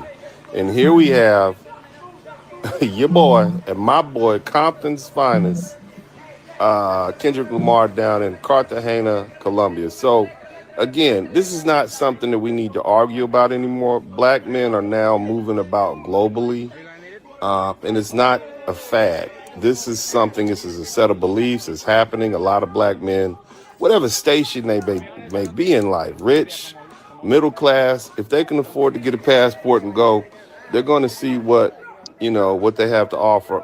People say the grass is not green on the other side, but the truth is they got pineapples and mangoes, and brothers want to taste.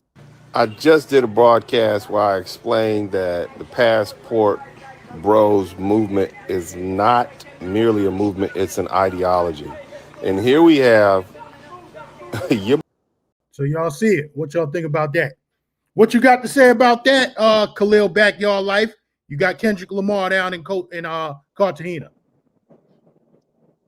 A famous person traveling. Yeah. You know what I'm saying? I mean, it's nothing new, right? Yeah. You know what I'm saying? Yeah, famous person traveling, man. Yeah, that's all that's all it is. But yeah. he's in Cartagena.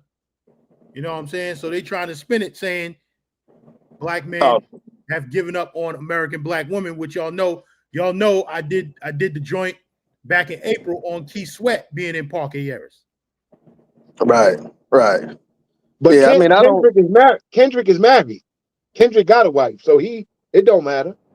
Yeah, and she cold too. Yeah, he be out there. He be out there often, man. He be in Colombia a lot. That's not his first time going to Colombia. Right. Yeah. I Matter mean, of fact, I don't even pay attention. where we stay at Europa Suites? Remember the Purple Rain? He used to go over there a lot. Oh, okay. Yeah, I remember that spot. I met him up in there a few times. He used to be there a lot. Yeah, man. Yeah, I don't even pay attention to these female TikTokers and all this shit. I don't pay attention to them, man. You know what I mean? Because shit. Is it a problem when a dude from Philly go up to Connecticut and get his Mac on? Yeah, I mean, is it a problem, man? You go see your family in Phoenix. You out there for a month, you get your Mac on. It ain't a problem.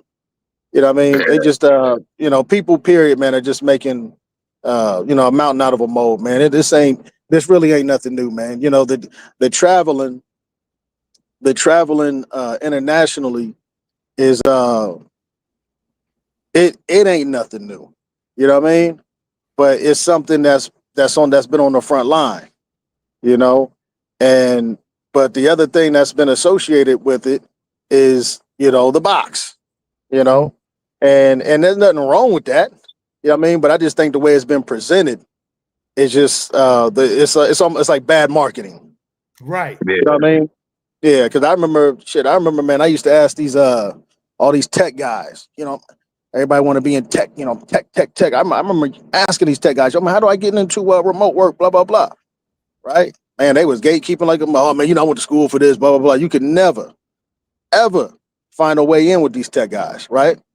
Then when the pandemic hit, man, I came across a thing called Course Careers. And I said, damn, they've been doing this shit for years. Mm-hmm. You know what I mean? And I started taking a class, man. But when I got in the middle of the class, I realized, man, that remote work ain't for me. You know what I mean? I work in the oil field. I'm always on the move. I'm always on the go.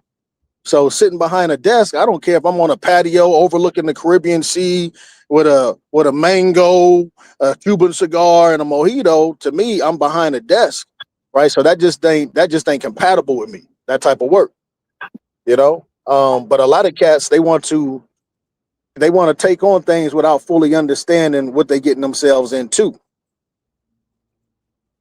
Right. Because even when cats are traveling, like I said before, man, this ain't going to Miami for the weekend. You ain't going to, I'm gonna go to New York for a few days. You in another country, bro. Right? And the rules that you think apply don't apply. And matter of fact, you don't know the rules. Matter of fact, you don't know the laws. Matter of fact, you don't know the mentality. You don't know the mindset. You know, you just walking through it the best way you know how. But at the end of the day, don't none of us really know what's going on in these other countries because we ain't from there. We ain't grow up there. Period. Yeah, most of us is only there for like max a month, 2 months. Even if I give you 6 months, Right. even if you stay there 6 months, you still really don't know what's going on there. Right. You know what I'm saying? Right. You don't know what's happening. You know, but I think the level up is real, and I think brothers in general need to need to step it up, man. Need to step it up, and not step it up as a group, but just step it up, man, as an individual. Mm-hmm. You know, step it up as an individual, man. You know, because we seeing the kind of, you know, when it comes to the box, we seeing the box that's getting these dudes jammed up. They ain't on the level. They ain't on the level, right? So how you get jammed up with that, but you drag American women? You know what I mean? Yeah. You get no point. All these dudes are showcasing the women, and I said it before. You flying overseas and you showcasing yourself with a mud duck. I said it before. Yeah. And I want to say this to you, Gan, since I got you up here. I liked in your Costa Rica video. I was cheesing from ear to ear. Real talk. You're sitting there, you enjoying the cigar. The little dun-dun-duns come walking past. Party here, blah, blah, blah. Right? And then the one joint get to doing a little thizzle. And you just kind of sat back like, this is just another Tuesday. No big deal. I'm used to this. Right? Mm-hmm. There was no thirst. I mean, I didn't get any thirst energy from Gans, and I was just cheesing watching that. I was like, it's no big deal. We used to that, right? You know. But then I take a look at some other travel people, man. They would have went crazy. Oh! You know what I mean? Yo, I gotta go bag her. Yeah, that's the thirst buckets, man. Yeah, man. It's a lot of them thirst buckets. Yeah, man. But the travel, man, it is what it is, man. Just hope the cast, man, start maturing and start growing up. Because you can't mature. Let me ask you something. Player, have you been to the cigar spots in Colombia? Yeah. What? Have you been That's to what the I one do. that's by the Bank of Colombia? What are you talking about, in Medellin? Yeah. Well, you got two over there on the corner next to the tattoo shop. Okay, no, the one that's next to Bank of Colombia, the one that's in You the talking middle about of the block. Absolute? You talking about Absolute Cigars? Yeah. How is that? I haven't been to that one, man, but my man, it's good. Everything is legit I there. seen that. That look like an upscale one compared to the one that's over by the food spot before you get into the Parque Lyrics. Yeah. Absolute Cigars is legit. Actually, my man is real cool with the owner there. You know, and they always their That's what Cubans I've been are trying to legit. get you on, Gan. I'm like, yo, we gotta explore the spot. I want to take. You ever been to the Ritual? I want to take you to the Ritual. Well, I went to the one across the street from the Haven. The Haven? Yeah, where H&M stayed at. Okay. Yeah, I ain't been to that one. Yeah, but we gotta go to the I don't know if Player been. You been to the Ritual? The restaurant, the Ritual? Where's that? That's up on the hill. You gotta take a cab to go there. I don't think I've been to the Ritual. Yeah, been to the Ritual? I'm gonna take you. I'm gonna take you there. That one you can take some pictures of, man. You can film in there. That one's nice. You talk about the spot we went to up on the hill? No, that was a different spot. That's another one. Yeah, it's a couple of spots I know, man. That's like off that a lot of people haven't checked out yet. Mm-hmm. But it's a nice vibe. The one I took you to on the hill, that was the steakhouse. That's the one where you got to wear a blazer. Yeah, or they want I know you to that wear one. a button shirt. Yeah. Yeah. I know that one. They got a good man. They got a lot of good places there, man. And and just there's like I also told you, clubs on off the strip. I keep telling people you gotta branch out, man. Don't just stick to one area. Yeah. You know, there's clubs on the outskirts too. Yeah. Let me show you all this. And this dude, I like this video. It blew up.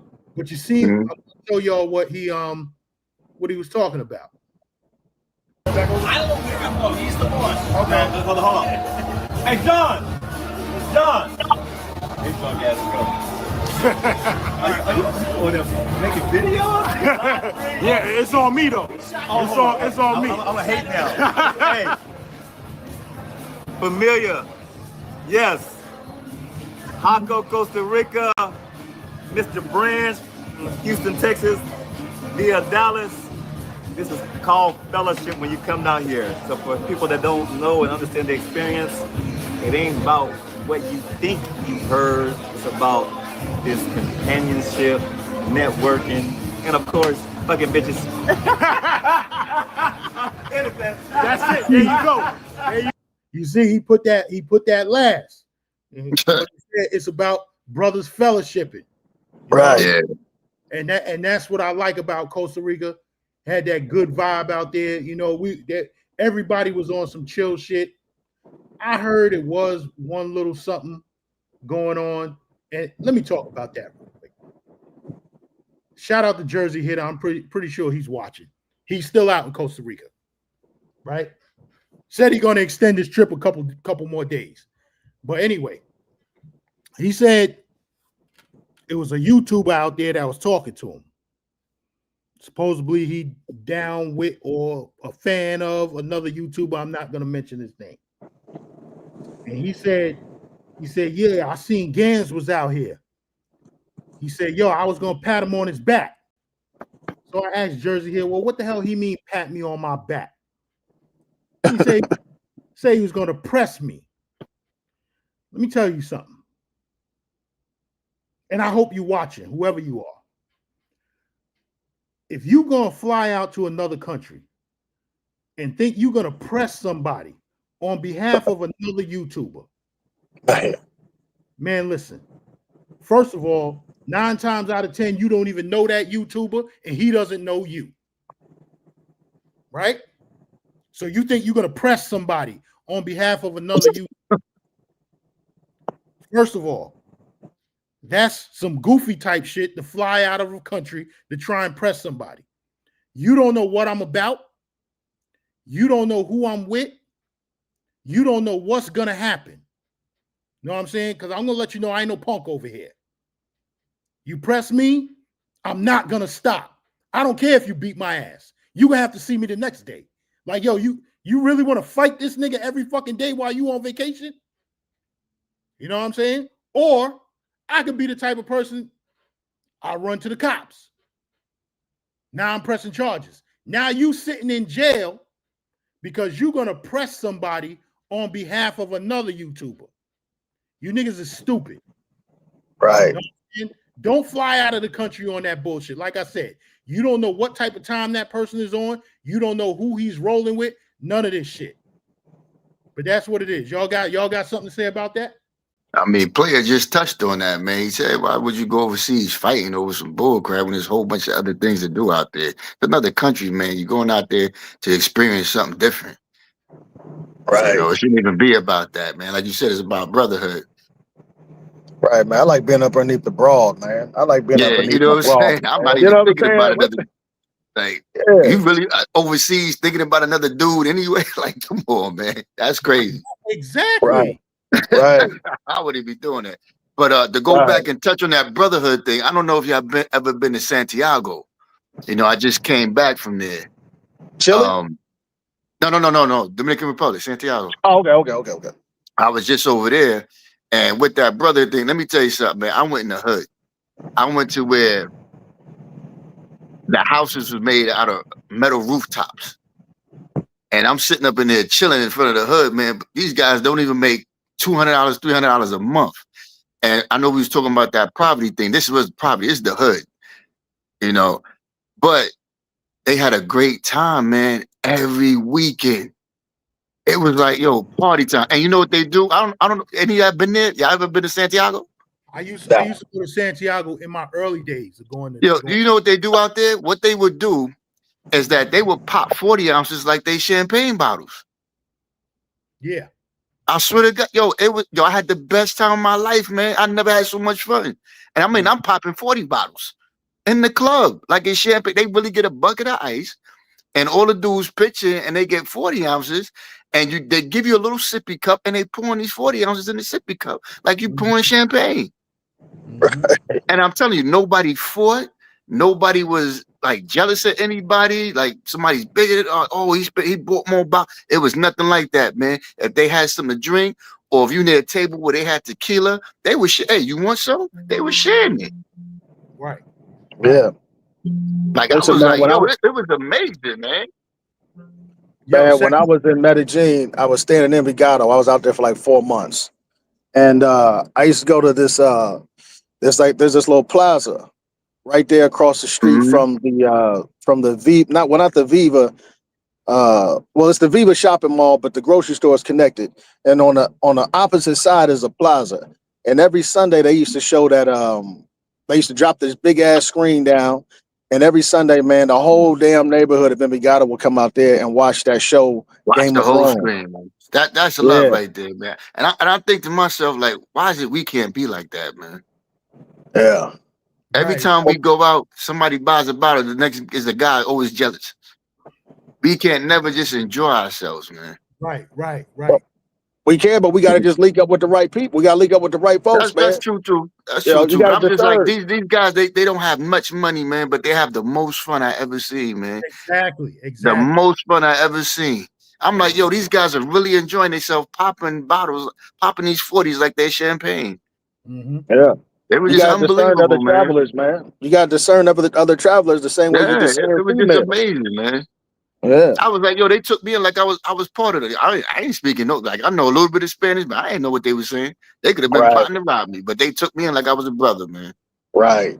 Yeah. You know, you go like somewhere like out one of our hoods, they looking at you like, oh yeah, he's an easy Vic. Not out there. Right. Not out there. Right, but let everybody tell it, man. They only using you because they only want to be friends with you because they try to get money from you. Yeah, even the you know dudes, what I'm saying? man, they only wanted. But I was like, nah, it wasn't bro. actually they were sharing. I didn't have to buy nothing. I had money. Right. They was like, no, we're gonna buy the 40. We're gonna buy. We buy. I was like, oh shit, really? Right. It was amazing, man. I'm telling you, I love it.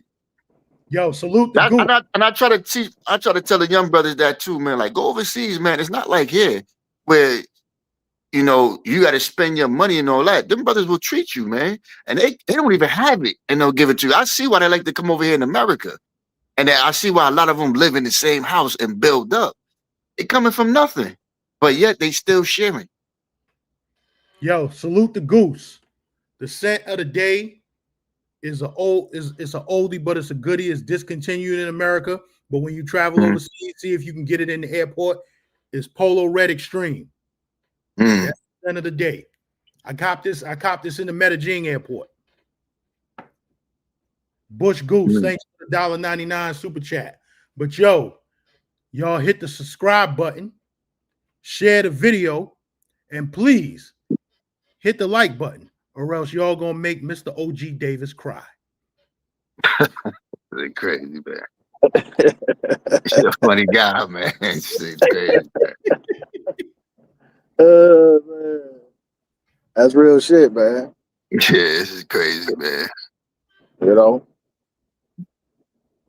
Word. So, all right, Gans, you ready for the 29th, right? Yeah.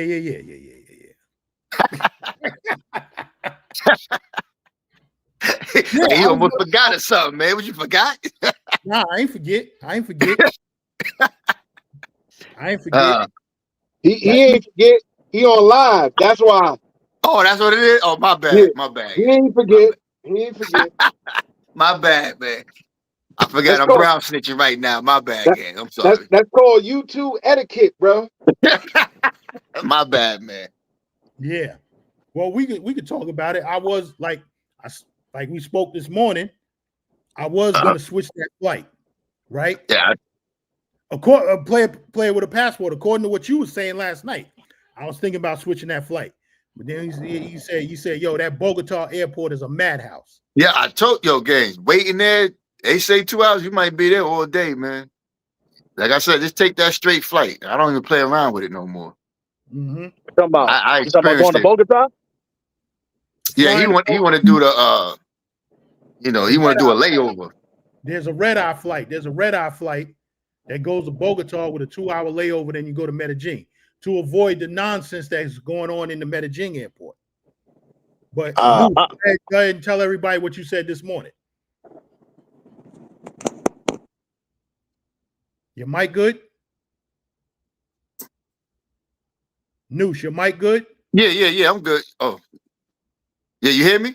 Yeah. Okay, I'm back. Yeah, I told you it's better. Like I said, they just they ain't returning nobody back, man. It's been like that for years, man. I would just take a straight flight because going to Bogota, if you really don't understand Spanish, they'll switch the terminals on you quick. So you gotta be careful with that. And also, I had one experience to where I had to go get my own luggage and switch it to another plane. Right. So I don't really do the layovers, man. I just take a straight flight from there. It's only an extra hour and a half or something, man. You can do it. Yeah, Bogota. If you go on the Medi, you gotta recheck your bags. Yeah, that's what I said. You don't want to go through that. It's too much. Yeah, and then I think that's even more money. Yeah, I'll be right back. Ain't that what you said? That's more money, right? You wanted an extra $400. So you gonna pay an extra $400 for a layover? I'm not doing that. Yeah, I'm not doing that. That's crazy.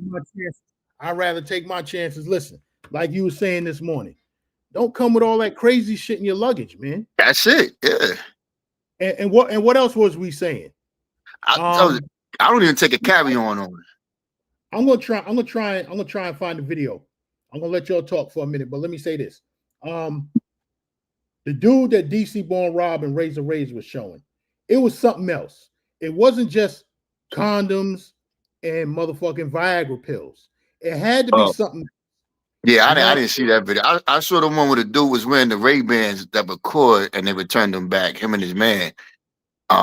Yeah, somebody, and I think that was in Bogota. That wasn't in Medi. That was in Bogota.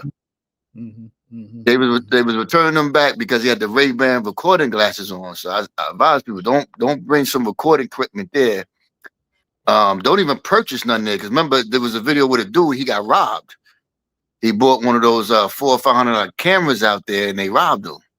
You know, you don't want to make yourself an easy vic either, especially if you by yourself. Right. Now, if you were a group of people, I say, you know what, you're a little bit more, you could be a little bit more comfortable. But you see, even with me, if we're not going straight to the club, or if I'm just walking by myself, I don't even have nothing on that's viable that they see. Because like I said, you don't want to make yourself a moving target out there.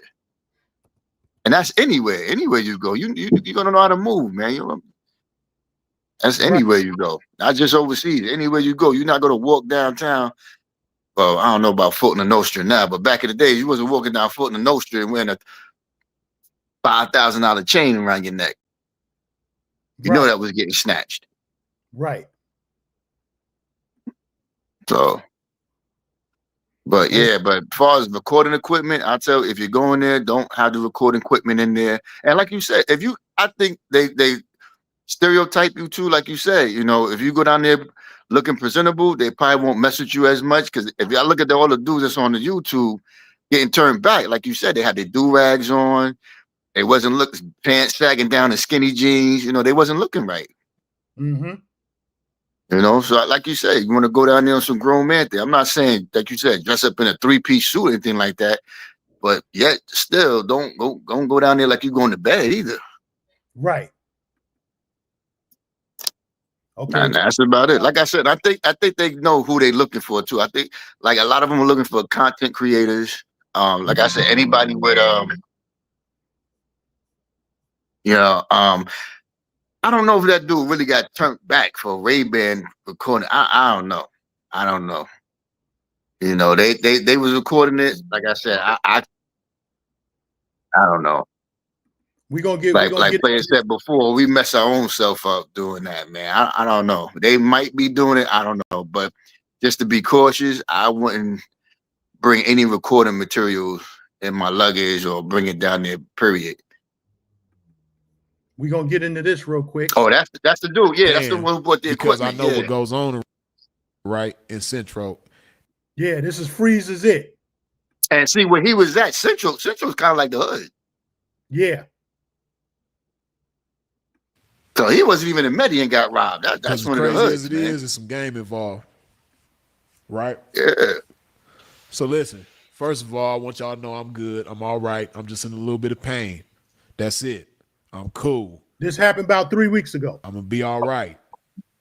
You know, I'm a soldier. I'm built like a tank, so I'm good, right? Fair And I don't use, mean fair just use. physically, mentally, spiritually, all that. I'm a tank, right? So I'm good. Don't worry about me. You ain't gotta worry about me. I'm good. Plus God got me, so I'm good, right? But listen.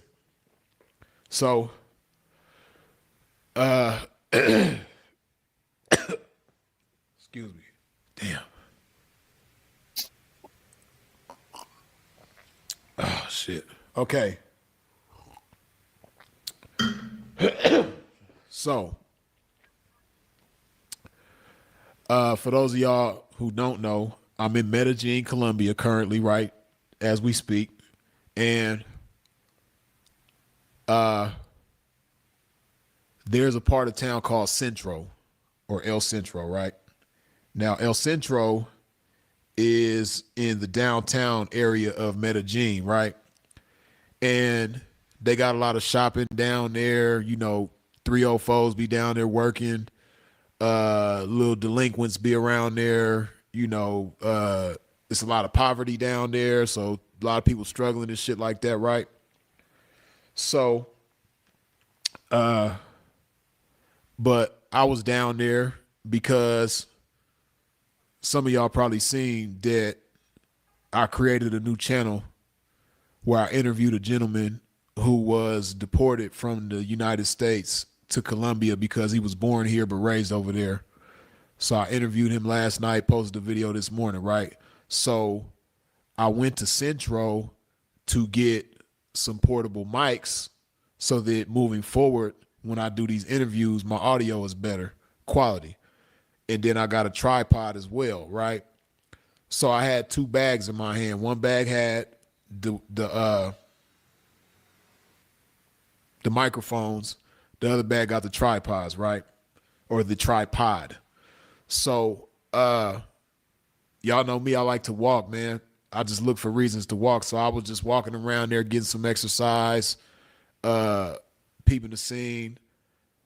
I seen some people that I knew was chopping it up with them.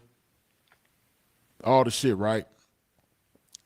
So it's a I can't remember if it's Calle 53 or Carrera 53, but it's a street something 53 right there, right in Centro. And that's where a lot of the bars is. I 53. A lot of the 304s be right there working and shit like that.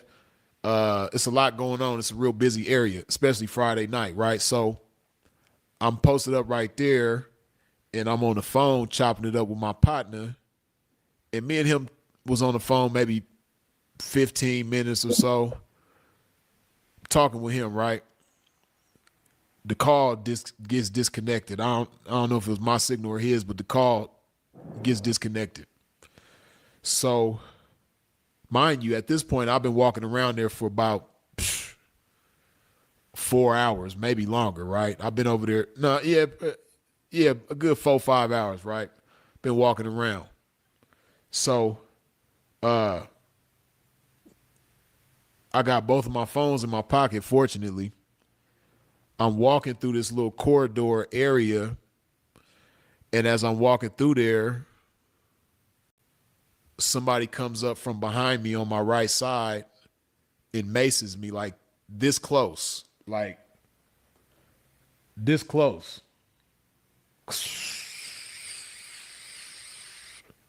real good, right? Now, y'all know me, man. I'm from the streets, and you know I'm hyper aware, and I do my best to prepare for things like this.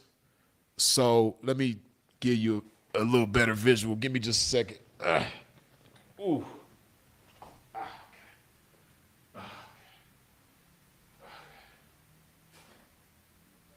Fair use, Freeze. Fair use.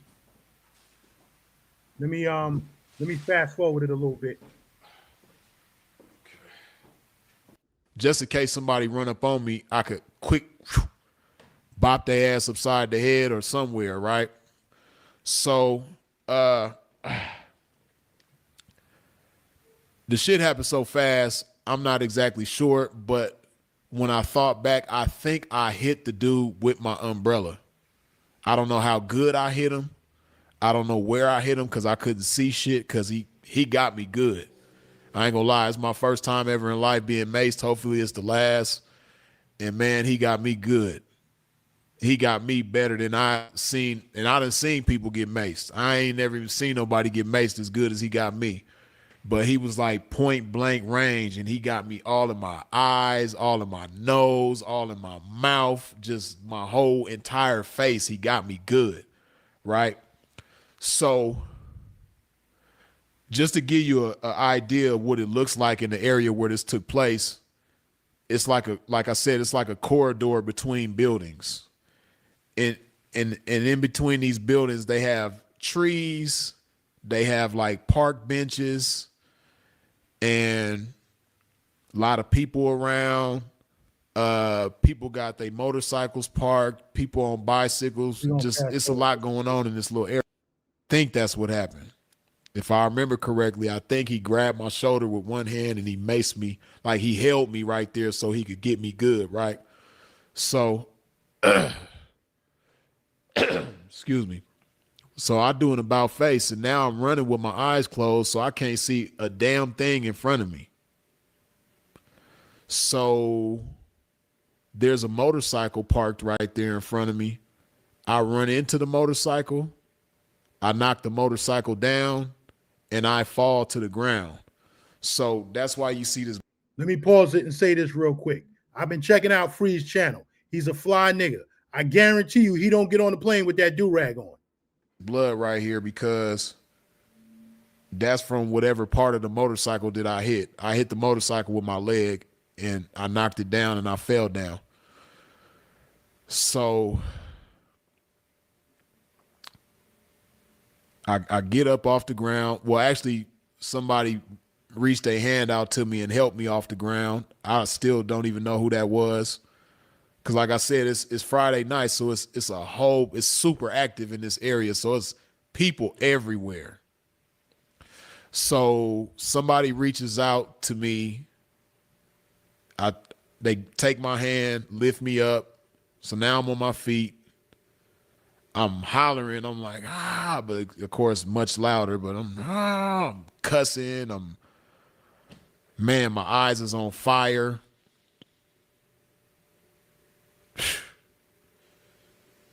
I'm grabbing my leg because I couldn't even see that it was bleeding, but I just felt the pain in my leg. So, now pay attention, right? Pay close attention. And it's crazy. Just a couple hours before this took place, I was on the phone with somebody.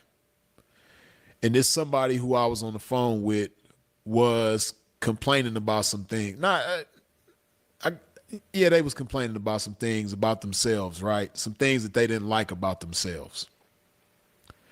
And I told this individual that, no matter how perfect life is, you can have all the money in the world, you can have all the happiness in the world. There is always something available to complain about. You can always find something to complain about. There's never a shortage of things in life to complain about, no matter how good life is, no matter how close to perfect life is. You can always find something to complain about, right? So I told this individual, at the same time, you always got blessings to count. So, it's easy for you to sit there and get caught up in the things that you don't like about yourself, but get into the business and the habit of counting your blessings because you got plenty of them. If you just sit and take the time to acknowledge what they are and, focus on them and appreciate them, right? I just had this conversation just probably a couple hours before this happened with somebody on the phone. So fast forward to this moment, right?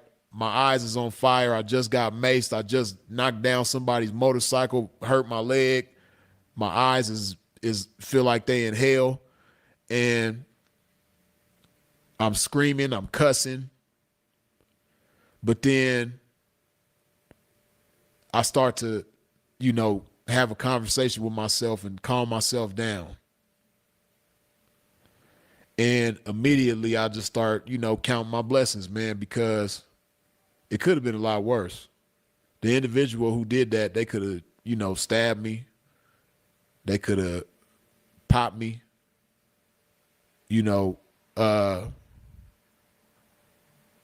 It's so many ways that situation could have went much worse, but it didn't. So, in that moment while my eyes is on fire, man, I'm counting my blessings, man. I'm like, man, I'm good. I'm blessed. Right? And it's crazy, right? Because like I said, I ain't never been maced before, but I've always heard that milk serves a lot of justice when you just been maced. So mind you, I'm in Colombia, right? So I'm speaking Spanish. And those of y'all who understand, y'all about to die laughing, right? But I was screaming. I was like, leche, leche, leche. Oh, shit. Oh, my goodness. I think he I wants can't some be making leche, myself laugh baby. that hard. But He wants that leche. I'm screaming, leche, leche, dame leche, dame leche.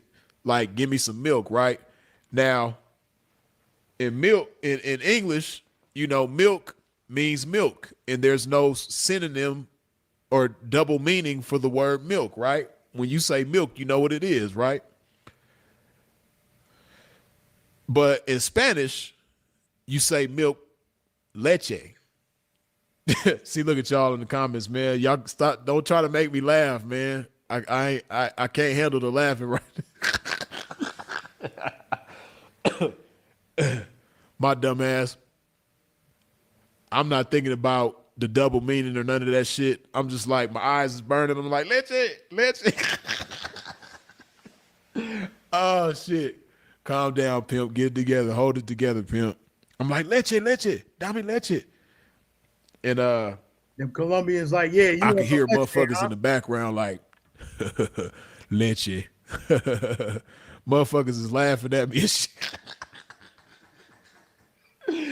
Oh man. Motherfuckers like, oh, he wants some leche, huh? Okay. Crazy motherfucker.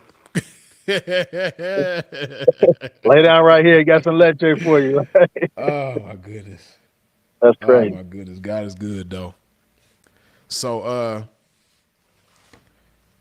mind you, it was a good probably 10, 15 minutes before I could even slightly open my eyes, right?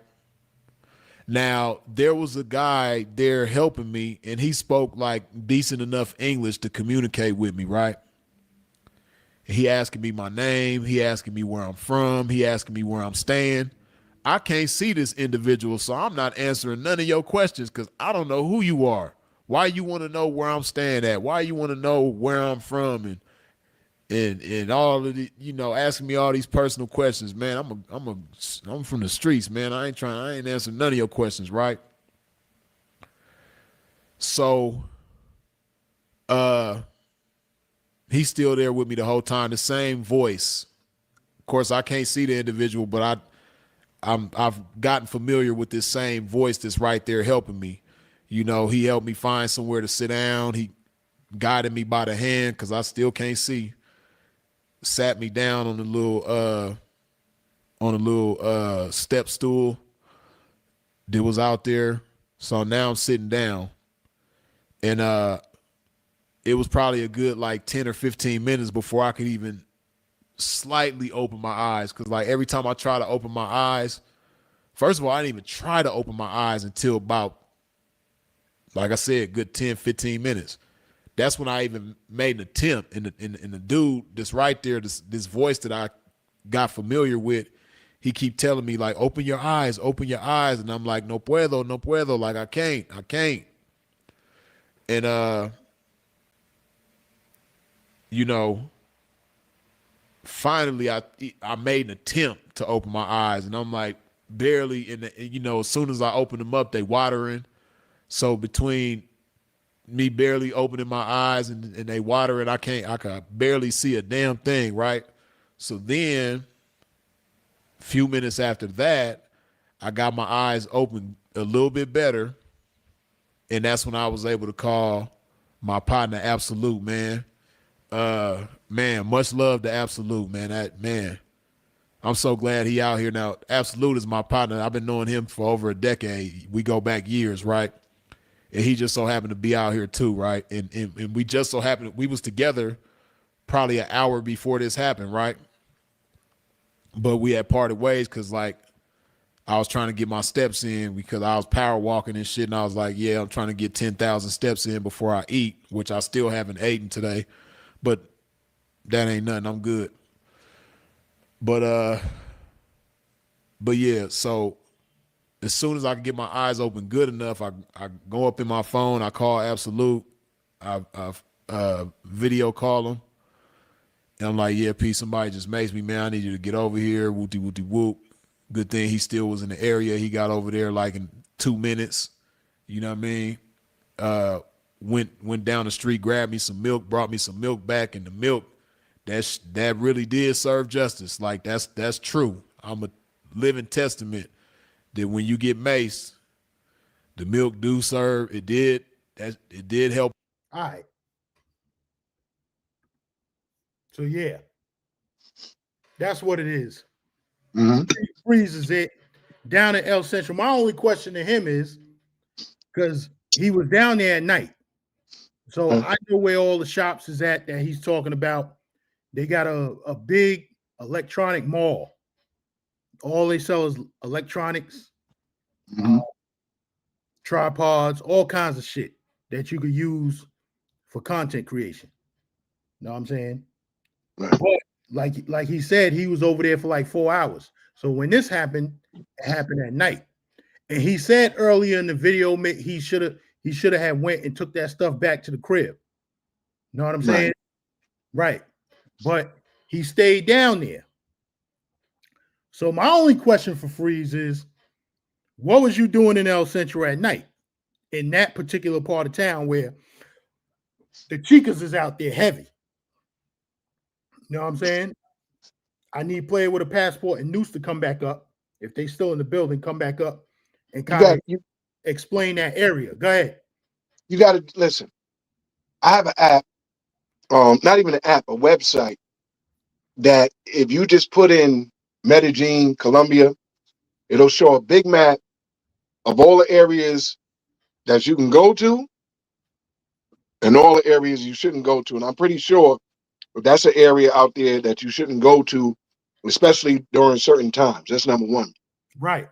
Number two, always do full-fledged research on anywhere you're about to go.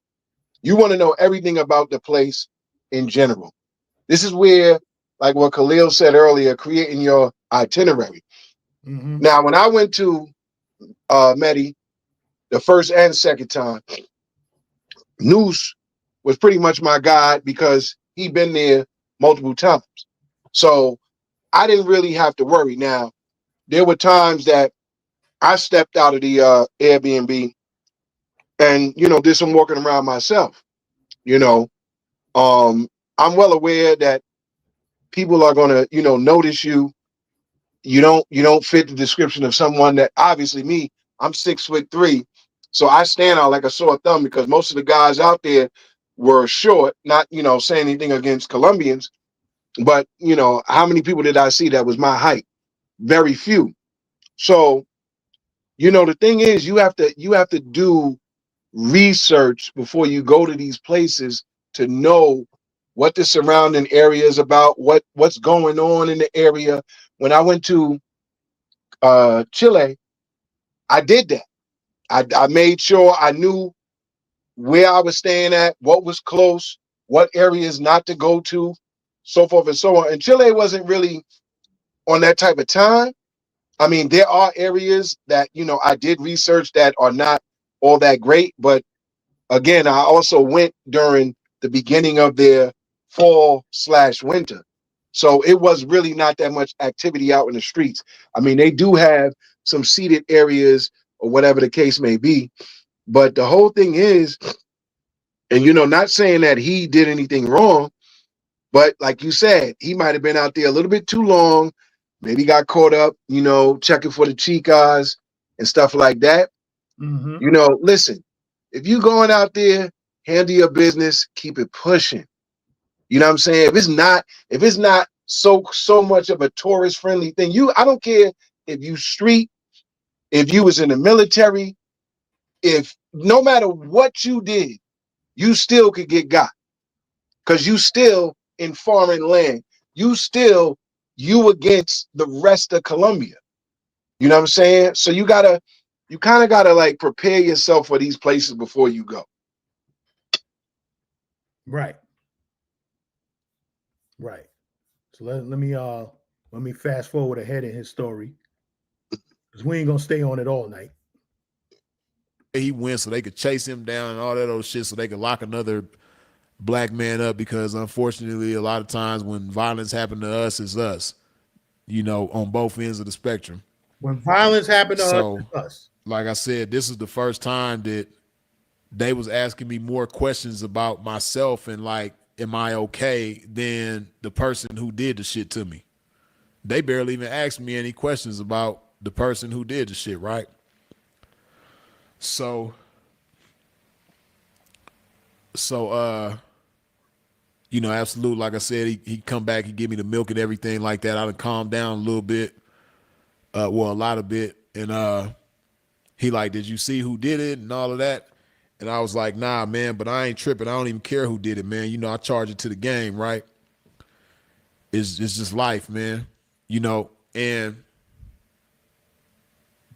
I'm so in a zone. I'm so peaceful right now. I'm so unbothered by so many things in life right now. This is what I told Absolute. I said, you know what, P? I said, I don't even care who did it, man. Like, even if I seen him right now, I wouldn't try to do nothing to him or seen him like in a better state. Like if my eyes was cool, my leg wasn't hurting and all that, I wouldn't even try to do nothing to him. I'm not even mad at him.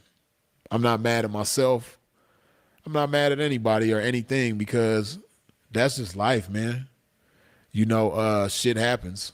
Mm-hmm. And shit happens to the best of us. Yeah. So I'm not mad at anybody or anything. I'm not mad at the individual who did it.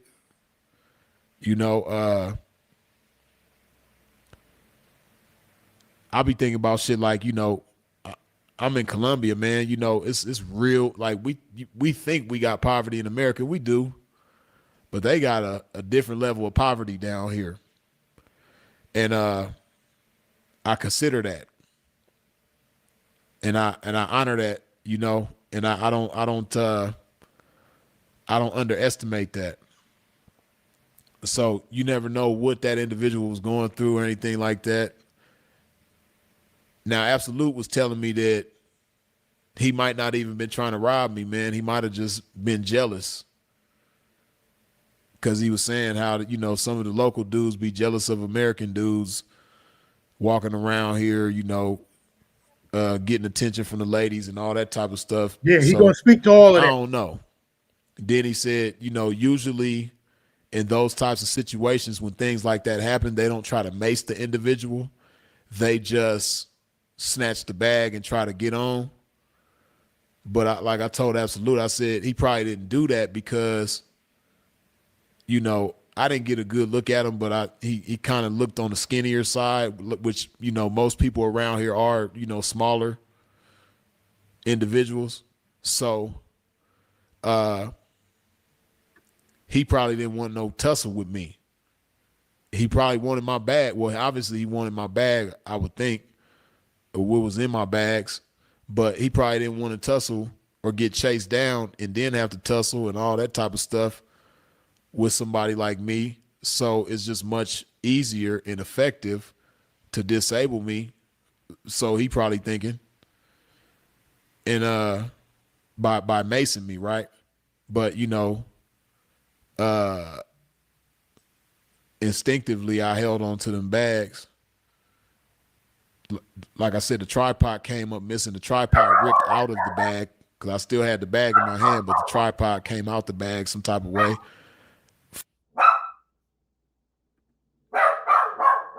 So yeah. So that y'all hear the dog going off in the background. But yeah, that's what happened with Freeze. Like I said, hold on for a second.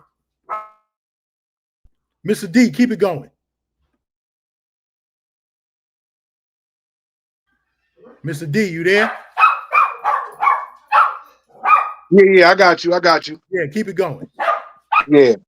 So looking at this situation, at the end of the day, dude just got caught. You know what I'm saying? He just got caught. He got caught slipping. He might have been down there a little bit too long. You know, when you go to these other you got first off, you got to remember this. It's a third world country. Third world country.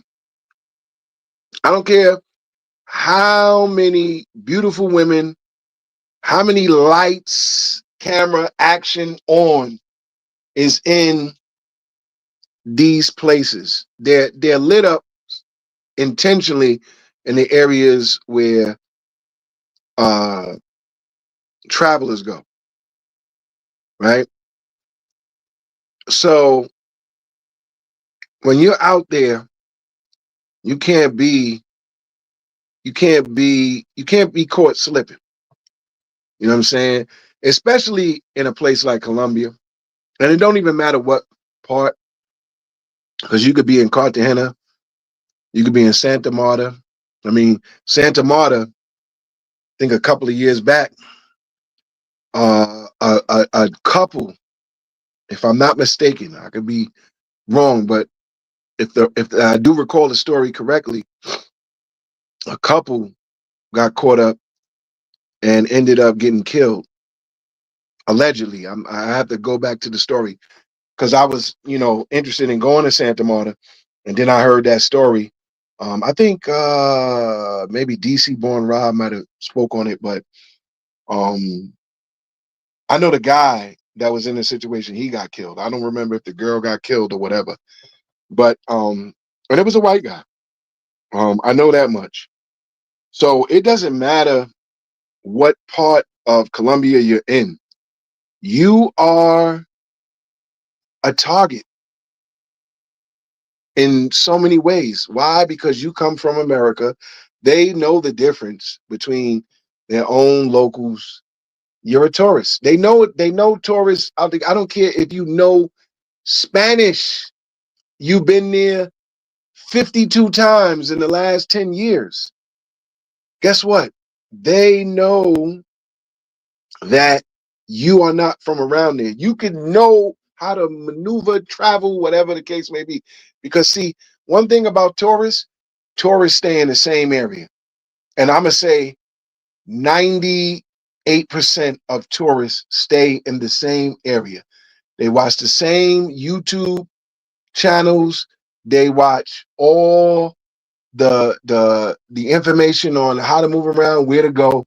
Tourists stay in the same area. Now, if you're an expat, you move a lot different.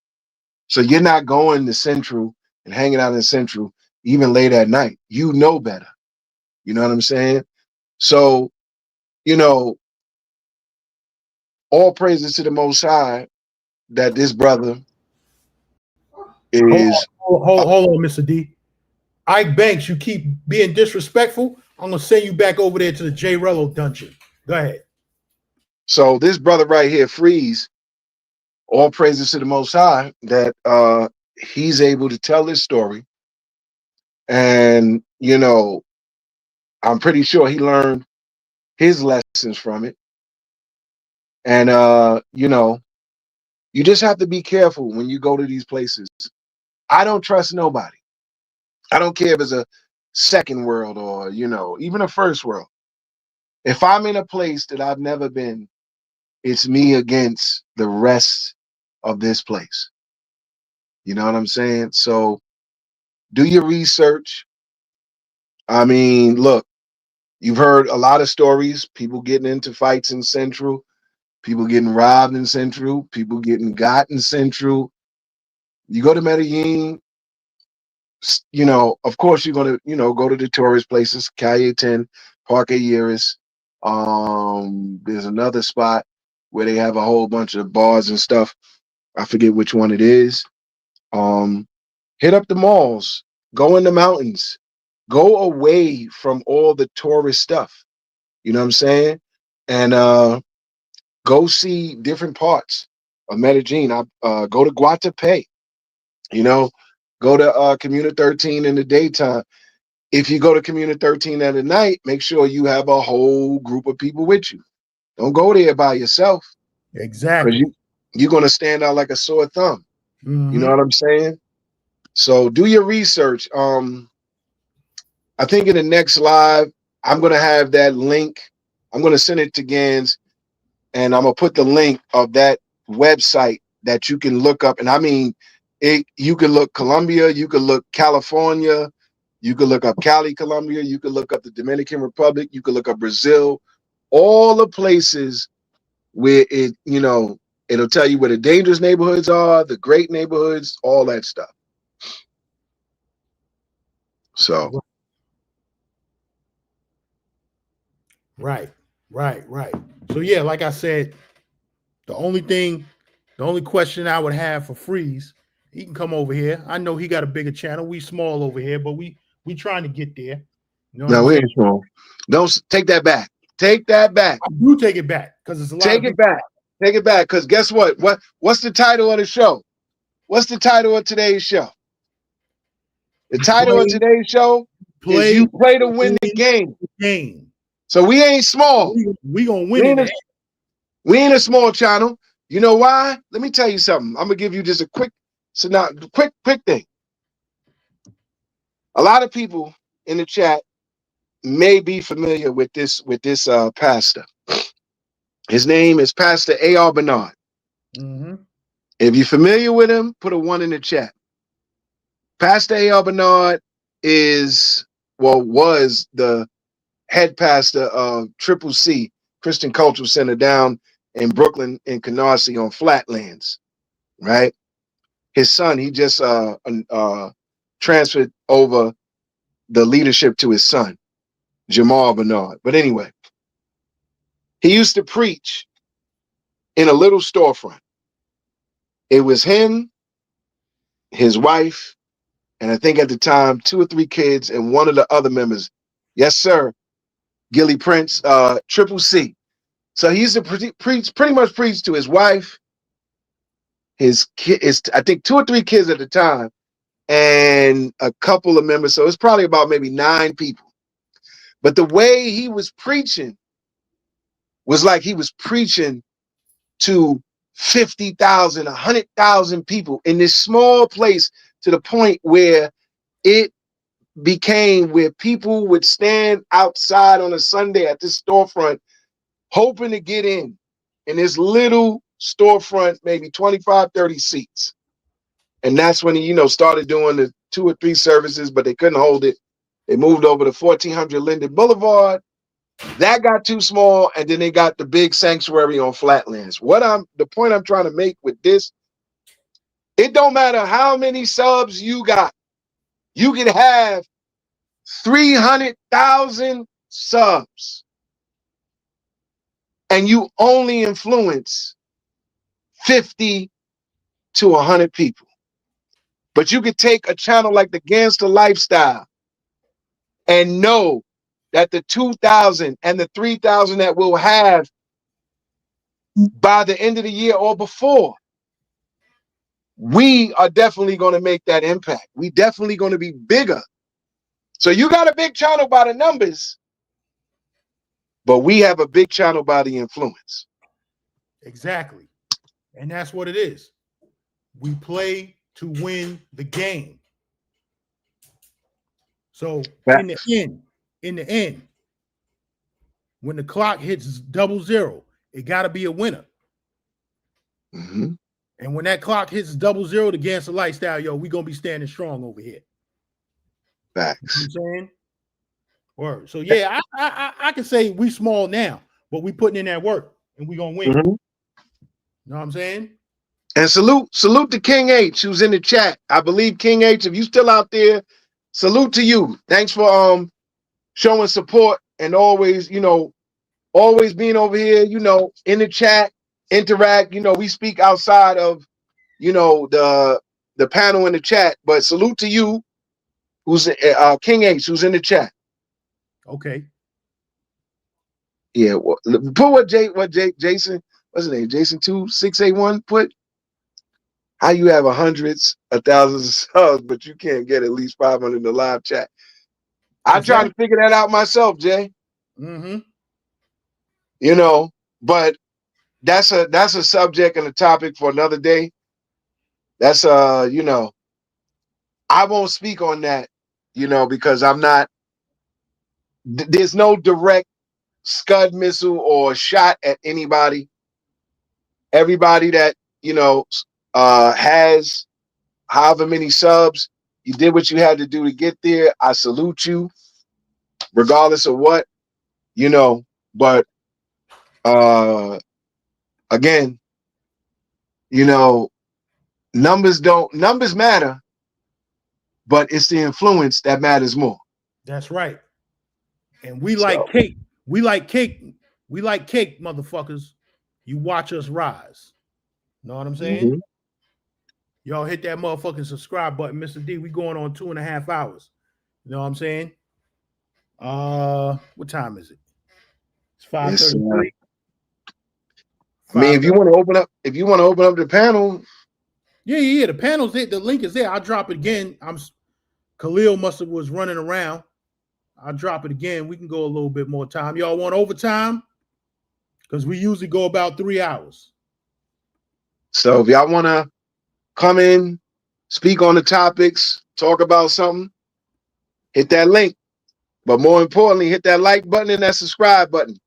And if you're feeling a little generous, hit that super chat. Word. Guapo. Yo. What's good with you? Gans.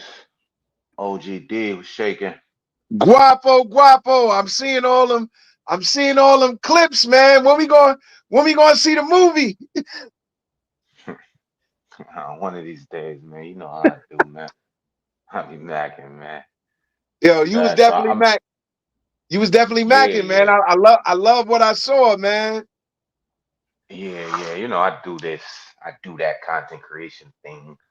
Mm-hmm. I do that. That's easy. What y'all fucking with though? What y'all talking about? Play to win. Play to There you win. go. What happened? We got some inspirational quotes or something today. Somebody gave us something we didn't know already. What happened? Yeah, well, I already said it. The whole Herm Edwards joint. You play to win the game. You don't play to just play it. And we winning over here. We not losing. You know what I'm saying? Like I said at the beginning of the stream. Copy. My channel is for cats that want to win. So if you on some loser nigga shit, hit the exit button. Hit the exit button. You know you gotta mirror that though, right, Gans? What you mean? If you playing to win and you ain't fucking with losers, hit the exit button. You know you can't go to losers channel neither. Exactly. And you don't see me. You don't see me over there too much no more. All right, that's cap. But go ahead. No, it's not. No, it's not. No, it's not. Yo. You know I'm always gonna be the devil's advocate, Gans. So don't let me come up here and you lying to me, nigga. Yeah. I deleted, I unsub, and I deleted their streams from my history. Now, if you do see, listen, it don't make no more sense. We've been trying to give these motherfuckers advice for 8-9 months now. And for some others, more than that. I told you yesterday, I'm the motherfucking villain right now. Just call me Darth Sidious. You know what I'm saying? Dark side, brother. That's right. I done went to the dark side. I'm the motherfucking Dark villain. side. Matter of fact, I need to change my name to Darth Sidious. That's Is that what the it is. nigga with the two red Jones? No. What is that? No, that was Darth Sidious was the emperor. Copy. Yeah. So you know I'm going all out. If I'm gonna be on the dark side, I'm gonna be the motherfucking emperor. Yeah, just I would just say I definitely agree with your point. Play to win. When I came into this shit, I came for one thing and one thing only. That was a plaque. I got that, and now I'm just here. Sometimes I'm there. Life is unfair, right? So just be careful who you associate yourself with and with chats you jump on if you feeling this way. See, because we already seen they not gonna do no better. But we gotta highlight this one. King Ace, thanks for the $9.99 super chat. Salute to the channel, salute to the chat. Just subbed up. Thank you very much. Appreciate you. Guapo, what I said in the beginning, a lesson that's not learned in blood will be repeated. So I'm saying to the motherfuckers out there, you got to let these losers fall. Let them get scraped up. You know what I'm saying? Let them fall and get scraped up. Because that's the only way to learn the fucking lesson. Here's the principle. Here's the principle. The principle is this. You plant the seed, but they gotta water it. You know what I'm saying? Mm-hmm. People, listen, we up at an age where we should get it, even though life is a continuous changing process. Things change, times change. So we're gonna make our mistakes or whatever. But there's certain areas in our lives that we got it. Like, we're not fucking the bag up in that part of our lives. You know what I'm saying? So when you plant these seeds into some of these people's laps, they take it with a grain of salt and literally hold it in one hand and let it fall through the cracks of their fingers. Because at the end of the day, nobody's going to truly listen until, like you said, until blood is shed. And I don't mean literal blood. I mean the pain of fucking up to the point where, look, I can't keep fucking up. Because if you still fucking up that bad on the same thing, that's insanity. Doing the same thing over and over again, expecting this different result, pure insanity. You know what I'm saying? These gems, this stuff that we speak on. Now, granted, a lot of the stuff that we speak on, sometimes we might talk a little gibberish, but when we really speaking and giving you this information, we're not just giving you this information because we think we know it all. We've gone through some of the things these are things that you're going through. So when we give it to you, it's telling you, look, I done been down that road. I done seen the ins and outs of that road, both good and bad. I want to stay on top of it, to stay on the good path of it, to continue to yield results. If you choose not to listen, what's the old expression? You could take the horse to the water, but you can't make the horse drink it. Yeah. So that's pretty much what I have on it.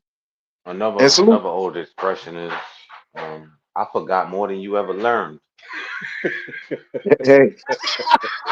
Yeah. Oh man.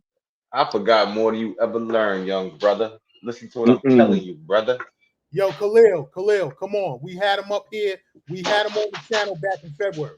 Guess Khalil what? messing with you. Guess what? We don't want him here now. Salute to my nigga Khalil. I fuck with Khalil. That nigga be cracking me up, son. We don't want him here now. Because you know what they say. You hang out with 9 broke niggas, soon you gonna be 10. I don't want no broke niggas around me. And check it. This is where I really become the motherfucking villain. Niggas ain't gonna like what I'm about to say right now. Because most of the dudes in this motherfucking travel space, passport bros, mungers, whatever the fuck you want to call them, most of these niggas are some bitch ass niggas. And I call you some bitch ass niggas because you keep doing bitch ass nigga shit. And if you keep doing bitch ass nigga shit, you're gonna get bitch ass nigga results. And that's what I say. My plane takes off quick and land. I ain't like yoga where I gotta stretch the flight out. Go ahead. GanZzta, are you reading notes right now? Yes, I took down my notes. That's right. Let's do this. My notes is Gans, memorized though. Gans, let's do this. What's your favorite cologne? What's your most expensive cologne? Yo, I'm almost a 55-year-old man, Guapo. I gotta write shit down sometime. Nah, yeah, I get it. What's your favorite cologne? What's your most expensive cologne?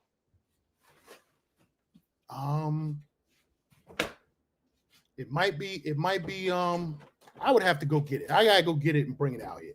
Nah, you don't gotta do that. What's your favorite cologne then? The cologne, all I can speak on is the cologne of today. Polo Red Extreme is discontinued in the United States. You might can get it in whatever airport of the country that you travel to. You know what I'm saying? Go to their duty free to the cologne section. Polo Red Extreme. This is a banger. Polo Red Extreme. What's your favorite Polo series of polo shirts? What's my favorite polo shirt? Yeah, like series, because they be having different names. The Ralph Lauren John, some be the rugby, some be the other shit. What's your favorite? I haven't had a rugby. I haven't had a rugby in a long time. As you see this joint right here. Yeah, you know what I'm saying? This the fire. zip up. This the zip up without the hood. It only came in blue, black, and green. You see the zip on the arm. This joint here is hard. That's to find. fire. You can go. So you look, can go to Lauren. this is why I asked. So look, if we catch you on one of these bum ass niggas channels, you gotta buy me, Mr. D, and Yoga the cologne in one of those. Facts. That's a bet. There you go. I love that. I love that. All right, that's a bet. That's a bet. All right, that's a bet. Yo, Guap, I'm getting ready to sub to all their channels, and I'm gonna be lurking, waiting. Oh, we gonna give him today, so he can have today, November 12th and beyond. Have my shit by Christmas, Gans, because you capped it. Check this out. Yo, Guapo, you know this nigga Ike Banks? Nah. See, Guapo, Ike Banks, Guapo was gonna be your saving grace, but he said he don't know who the fuck you are. No sense. He don't know who the fuck I don't know Ike Banks. And you being disrespectful. Check this out, Ike Banks. He know me? I don't know. Check this out, Ike Banks. Check this out. Boom. Yeah, it's a lot of folks down there in the chat. A lot of jealous male groupies in the chat today. They mad that me and you are cool, guys. And I said drop the link, and you drop the link, and they get mad. Hey, don't drop. They got their pom poms. They twerking in the chat. Don't drop the link for yoga, guys. Man, big guys are cool. I never seen another grown man say, "Hey, don't be friends with him, man. Don't do that." Yeah, Ike Banks is boot gang over here. You know what I'm saying? All I know is this. We gave Khalil a pass when he was trolling because he came back with some good shit, with some educational shit. But you, Ike Banks, I don't know. Seem like hating your heart.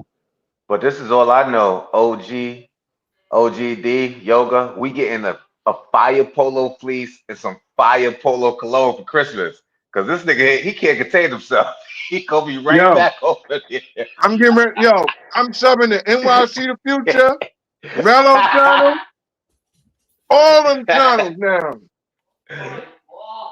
Yo, Gans, what channel specifically you talking about? Just so we don't want no reneging. He said, Gans, you can't determine who's winning or losing in the travel game because Future and Rello travel to the same countries that I do, right?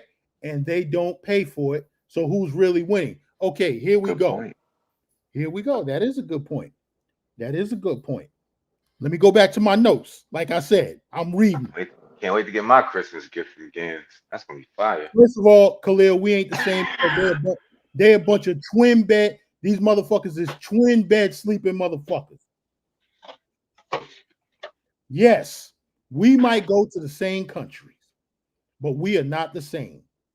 We not flying on the same airline. We not staying in the same places. They staying in $25 a night hostels. I'm staying at Ocean Village. They staying at New Garden. I'm staying at Hispaniola. We are not the same. I don't fly Spirit. I fly United and Delta. First class, nigga. Oh man. I think really a Fly lot of this shit Cafe. is over. A lot of this shit is overrated, fellas. The travel shit and the whole joint. To me, it's kind of overrated. Now I've been traveling heavy since 2018. Like all the spots everybody say go to, I done been to all of them and did it all. And I'm just comparing it back to growing up, my college days. I experienced Freaknik. I experienced being in the States. So I graduated college 2002.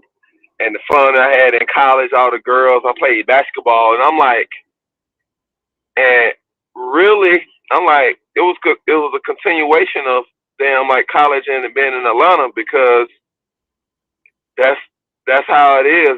That's how it is. And back in the States, for certain people, if you grew up in a certain area or whatever, where it's a lot of different chicks from different backgrounds and ethnicities.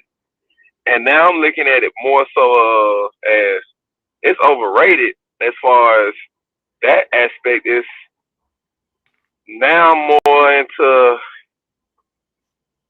shit. Can we do it and begin and getting paid and have a business and not just go there for a little bit? Because I'm kind of like it's all basically all the same. We just traveling, fucking with chicks, and then you come back and go back to work, or whatnot. That's why I say it's kind of overrated. And the guys that are real excited about it, those guys wouldn't get no play back home. It's kind of cliche to say, but no, they was lame. Jay Rello was never ever getting chicks and just walking up and getting chicks back in the States, or even the NYC, the future. So it's almost, and I'm just being honest, it's almost like a whole revolution out of nowhere. Guys acting like it was their first time getting pussy, being around women with this whole travel shit. What y'all think?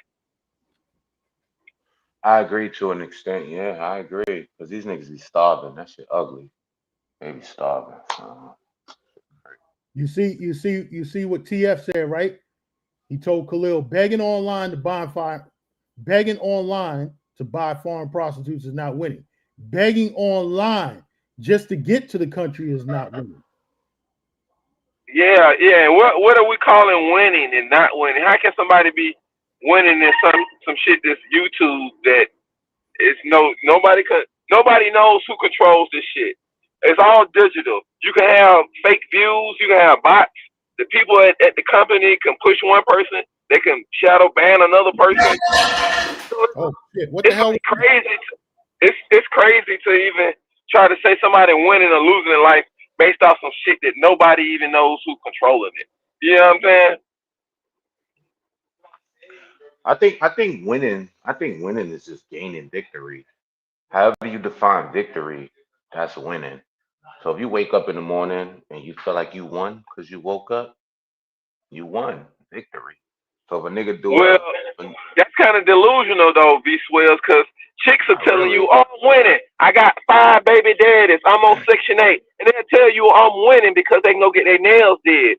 So just because an individual say I wake up, I'm winning, that don't necessarily mean winning.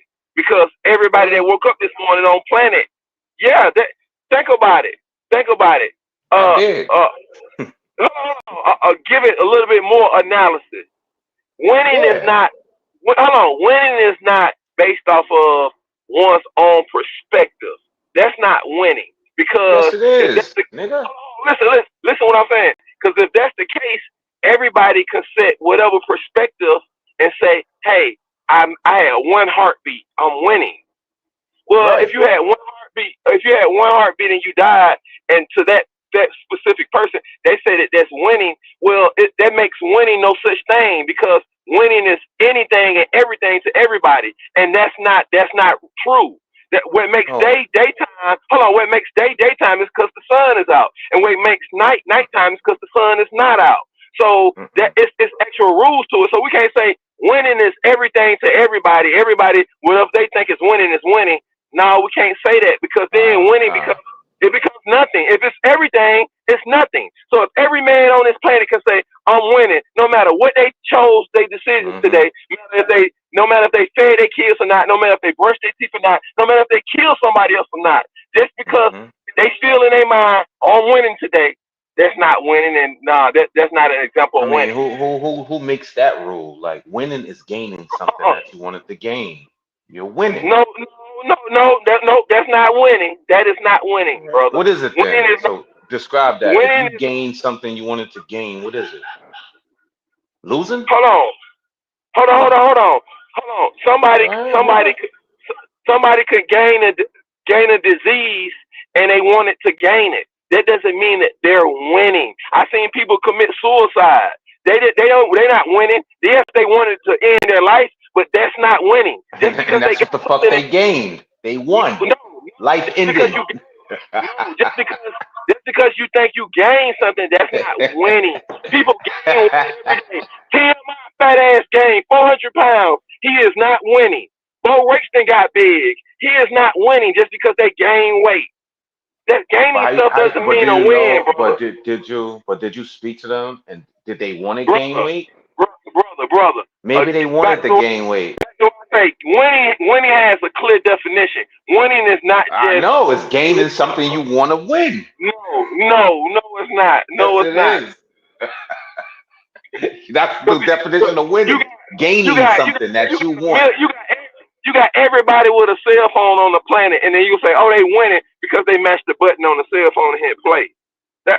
No, If that's that's what not they winning. think winning is, like you said it's Winning, perspective. winning is It what you is. think it is. No, it's not. A little child will You tell said you. it.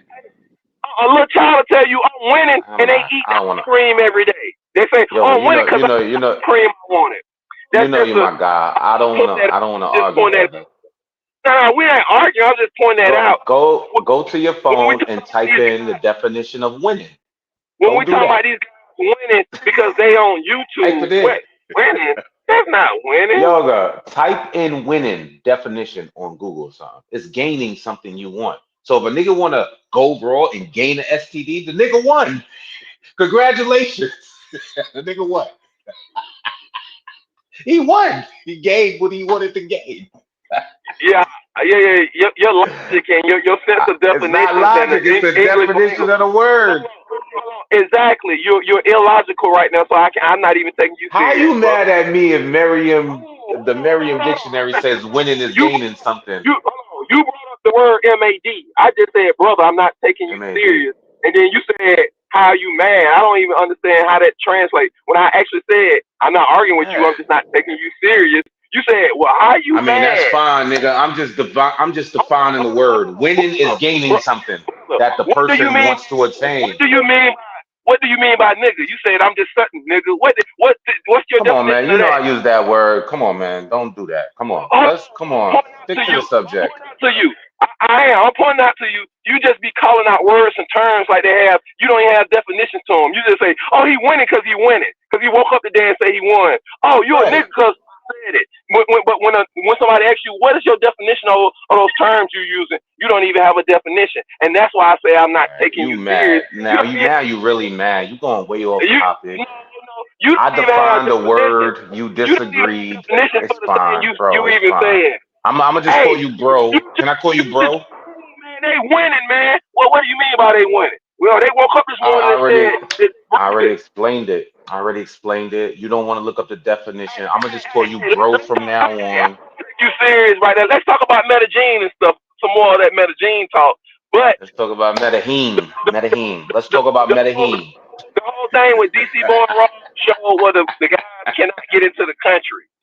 So are they really stopping what we consider black men from America? They stopping them, or the guy had some wild shit on his cell phone and packed some crazy stuff in his luggage, and that's why they deny him from coming to the country. I'm gonna go with both. Well, we don't take you serious, brother. You don't have real logic. You just demonstrated that. Don't be But you didn't mad. look Like up you the told word. me. You didn't look up the word winning. Don't get The first mad. thing it Don't say get is mad. gain Hold something. on. Don't get mad. Don't get mad. Don't get mad. Don't You get won, mad. bro. You won, bro. I'm gonna call you bro from now on instead No, of you know nigga. you okay. I'm good, sir. I ain't come up here to argue. I just came up here to show some love to my man GanZzta and OGD, man. Yoga, you But the still there? definition is the definition. Winning is a nigga who gaining something. Simple. Whether what he's gaining is logical or irrational, that's not our job to determine. He felt like he won. He wake up, he's like, I won. Doctor only gave me 30 days to live. It's 50 days later. He won. He woke up. What you like? I don't get I don't get what he not getting.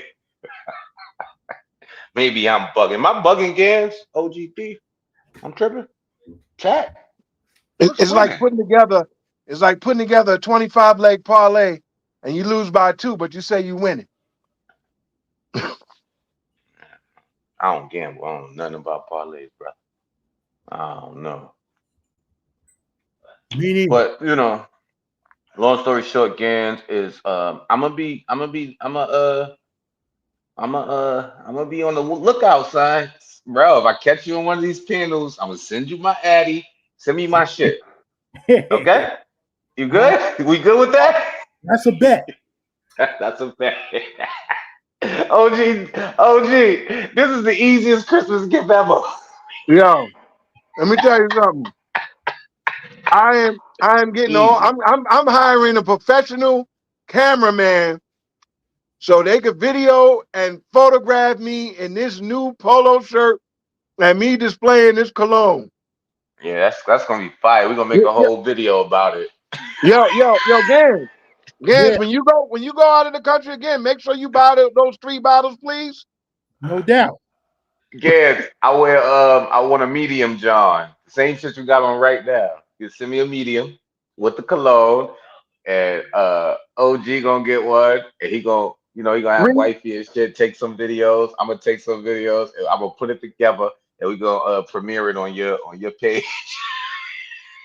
And we gonna play your favorite song, whatever your favorite song is. That's gonna be in the video.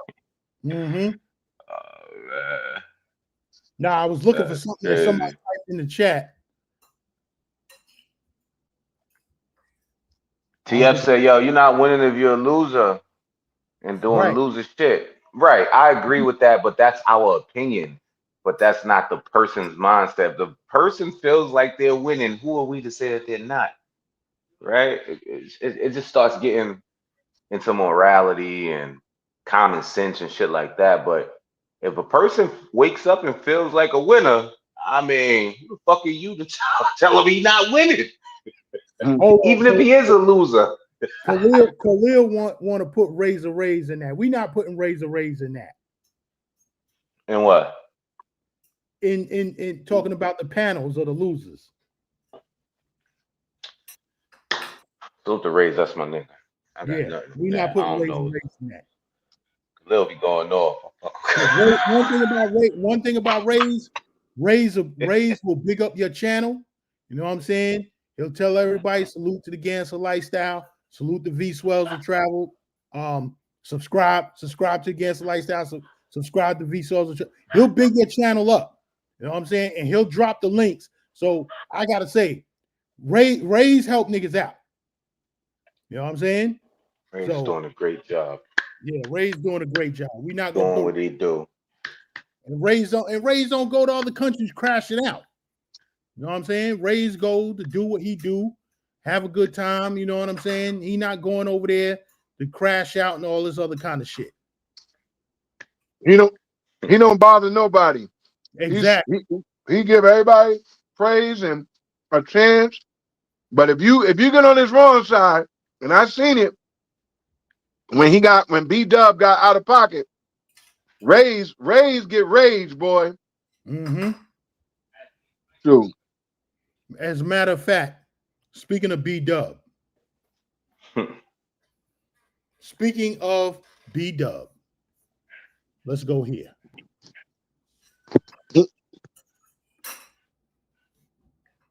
B-Dub is a cornball. Exactly. But we're gonna go here. But he winning though. He live with his parents. He travel whenever he want. He winning. I was just saying. That's crazy.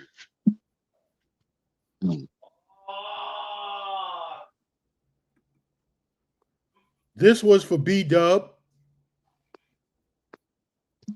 and it was for Khalil. Oh man.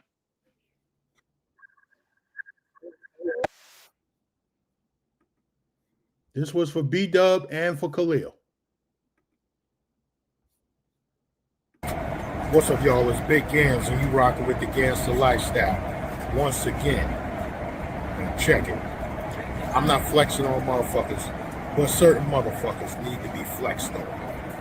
They need to be flexed on. And let me show you what we're working with right here. I'm just coming back from San Jose, Costa Rica. I'm on my flight right now. United, first class.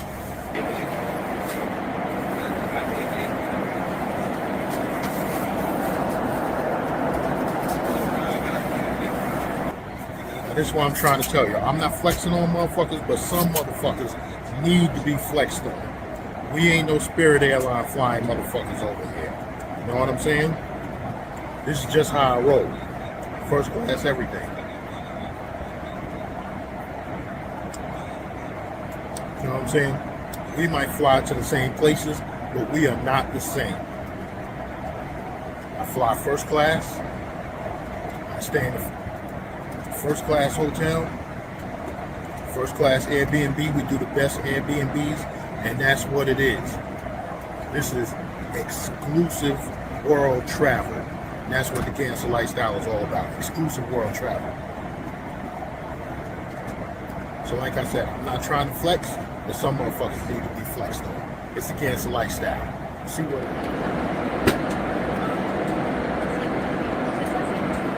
you see what it is over here? Once again, not no Spirit Airline flying motherfuckers. Like I said, it's the GanZzta Lifestyle. This is just what I do. I'm not flexing, but I am flexing. Watch who you calling a Spirit Airline flying motherfucker, because we not that over here. This is United, first class. It's the GanZzta Lifestyle. And that's what it is. It's the GanZzta Lifestyle. That's Why you talking to Khalil like that? I thought that was your man. Because Khalil tried to say that I wasn't on United first class. You know what I'm saying? Oh yeah, salute to all the veterans out there. I forgot. Yeah, happy Veterans Day. That's a fact. To anybody in the chat, fuck that. Right. Thank you. To the veterans.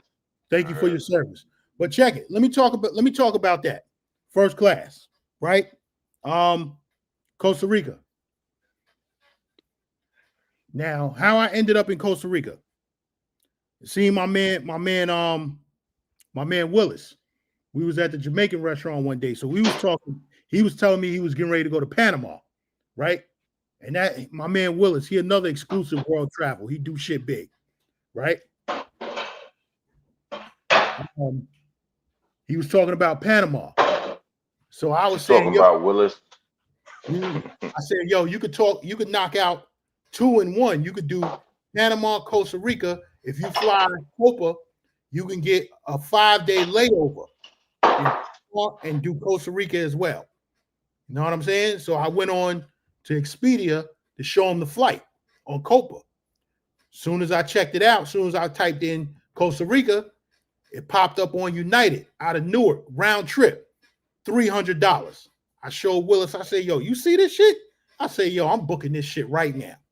So $300, I booked that flight. And this is what I do. I stay on Expedia. I stay on all the webs, the apps for all the airlines, United, Delta, JetBlue. I really don't fly American Airlines too much, but if it's some place that I want to go and American Airlines got the best route, then I'll fuck with it. But I'm really not a member with them. My wife, she fuck with American Airlines. But so I saw the flight on United, $300. It was actually $250, right? But I added the luggage to it and all of that shit, so that brought it up to $300. So I said, well, let me see how much it'll be to upgrade to first class. Extra $400. Fuck that upgrade. That's $200 each way. You know what I'm saying? Fuck that. Upgrade. And that's what you got to do. When you want to do that, you see them flights. When them flights take a dip in the price and you can upgrade it, that's what you do. You know what I'm saying? B-Dub gonna come on motherfucking Instagram showing that he got extra leg room on a flight that looked like motherfucking Spirit. Nigga, please. We do first class, Delta, United. Let me ask you, Gans, man. Why do you let that annoy you so much? Why do you care? I don't care. Really? I don't care. But don't come calling me. Don't come calling me a Spirit Airline flying motherfucker when you don't know nothing about me. Man, what the fuck is wrong with Spirit Airlines? They're gonna get there at the same time, be in the same line, you're at the same place. Yeah. What does it matter? I tell you what's wrong with Spirit Airlines. What's wrong? Other than the delays. What's wrong? There you go. That's one thing. Right? And then they're gonna charge you for every little thing. Oh, you can't bring that on the plane. You got to put that down below. Oh, now we're gonna charge you an extra $100 for putting that down below. So I might as well have flew Delta and United. You know what I'm saying? If you're gonna nickel and dime me for every little thing, I'm not shit the same, man. And then when I get on the plane, here's the problem. I get up to go to the toilet, right? I come out of the bathroom. Of course, I flush the toilet, wash my hands, and all that shit. Stewardess gonna say to me, "Did you flush the toilet?" I said, "What?" I said, "Yo, I'm never flying this low budget airline again in my life." That was the one and only time I flew them coming back to New York from Charlotte because I helped my man B drive down to Charlotte. And I wanted to hurry up and get back. So I caught the Spirit Airlines flight. You know what I'm saying? And then they nickel and dime me talking about I had to put my bag, I had to check my bag. Because there was something in the bag, it was too big. I couldn't bring it on the plane. Might have been shower gel, because I think I went to Walmart and bought some shower gel and brought it home with me. You know what I'm saying? So I had some shampoo or some shower gel? Shower gel. Oh, I'm like, shampoo for what? Yeah. I'm fucking with you guys, bro. Yeah, so if I can avoid it, I'll never fly another motherfucking Spirit Airline flight ever again. Man, I throw my headphones on, play some music, fall asleep. I'm wherever I'm going in Spirit. But I don't care. I took Spirit quite a few times. I don't care. They be mad ratchet hoes on it. That's what you know what I mean? That's the type of vibe I like. Ratchet hoes. If you like that shit, Yeah, try to get into the Mile High Club, fucking around. Sure. That's just me. I'm a little ratchet myself, I must admit. I'm sure y'all could tell. Yo, Caribbean Casanova must be talking to you.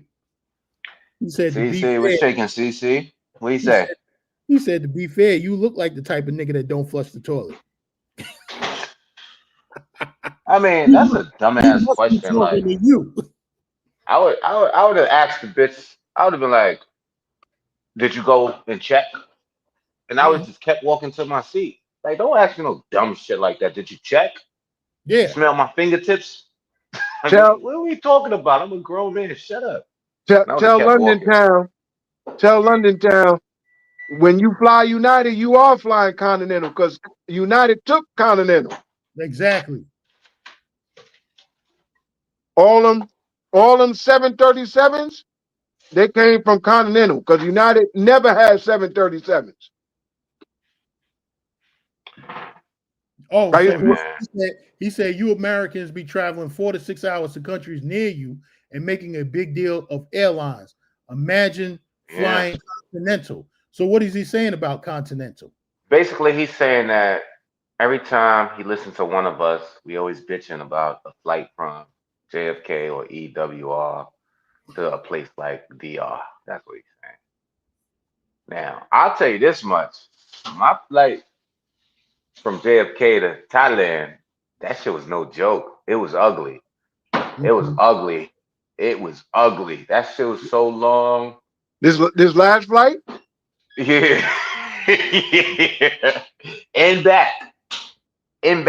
Like it was. What was it, like a day? Yeah, it was like 20 something hours. Yeah.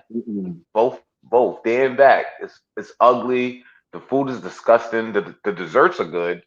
Like they be giving you this ice cream and custard and all kind of desserts. It's unlimited beer, so that's cool. Unlimited water, that's cool. Snacks and shit, but the food is disgusting. You're always sitting by a nigga you don't want to talk to, who keep talking. All the bad bitches in a different section. Shit is ugly, son. It's horrible. I just put my hood on, headphones in, start playing movies, mind my fucking business. But it's so long. And what airline was that? This time I did Etihad. Etihad. I don't even know how to pronounce it. Etihad. Etihad. Mm-hmm. Etihad.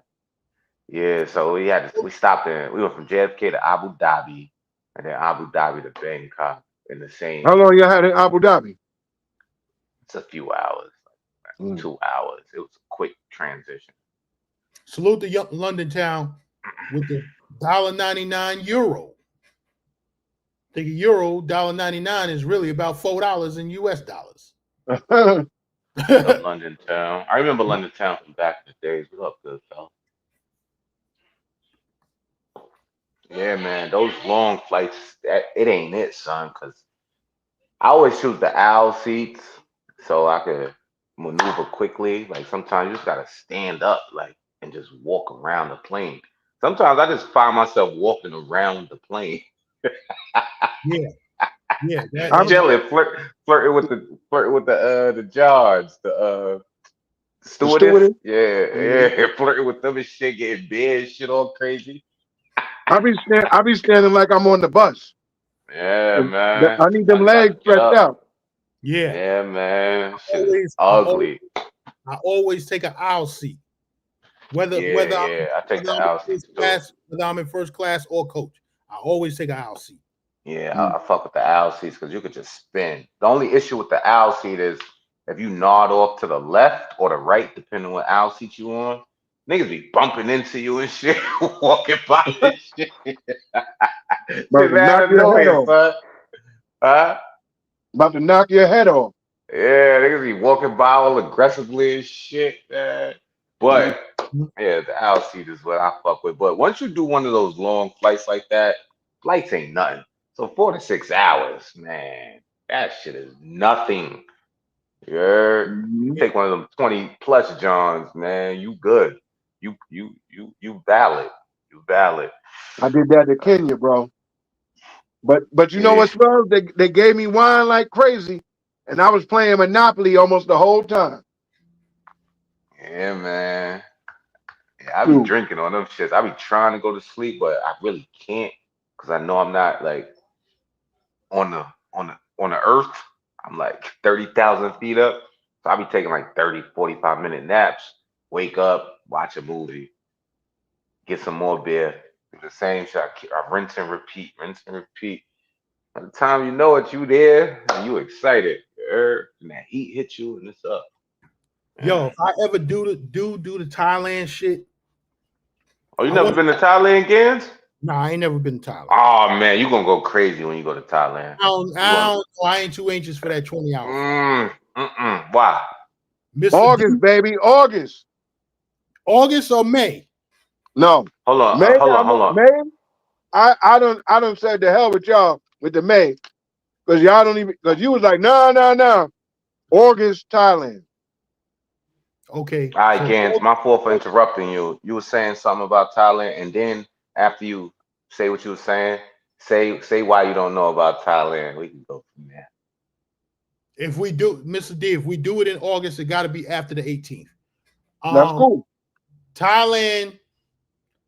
If I do Thailand, I want to hit another country. I want to break up the flight, whether it be Germany or whatever. That's a good idea. Yeah. So Now, if I can go to Thailand and do 5 days in Germany, right, and then hit Thailand, then on the way back hit another country for 5 days, I can fuck with that because that's breaking up that flight.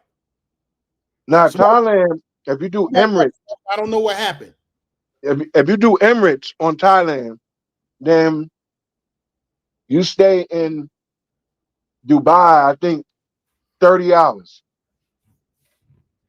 like a day and a half, something like that.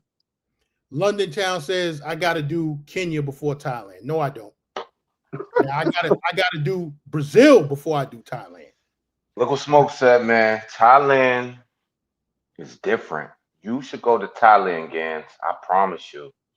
You know the good fellas don't lie. Look, Thailand. I don't know about Kenya. I never been, but I know Thailand. It's different. It's just Well, different. I would It's a tell little Gans to go to different. Thailand before Kenya. Yeah, yeah. Thailand is different. But we gonna do Brazil before both of them. And Mr. D done already went to Kenya. From the stories he done told me, it was nothing that caught my interest. What's your interest? And then you want to go there after the Jello debacle? Man, fuck out of here. That motherfucker done ruined it for all Black Americans going over there. That's a goddamn shame. Yeah, that's too much of a broad statement. But what's your interest, Gans? It ain't Kenya. I'd rather go. No, I know you said your interest. I thought I'd rather go to Ethiopia, Eritrea, and Morocco before Kenya. And somebody, whatchamacallit came up earlier and he was talking about Morocco. Salute to him. Salute to Morocco, man. Mm-hmm. I thought about Morocco. Tickets to Morocco is cheap. Yeah. I thought about Morocco too. Tickets to a lot of these countries are cheap. You know? Mm-hmm. It just be that flight time. So once you get that stamina up on those flights, you can go anywhere. Dead ass. Yo, drop the link for Smoke. Get that stamina up, man. You can go anywhere, man. That's a fact, though. Yeah, man. But this time I did that Etihad shit. Mad monasteries, mad missionaries on the flights. First time smoking out to Cathaway or however you pronounce it. That was a little better because I was with my man. At least I could talk to somebody. You know what I mean? Hey, London town. I take my women how I take my coffee, light and sweet. I'm going on mute,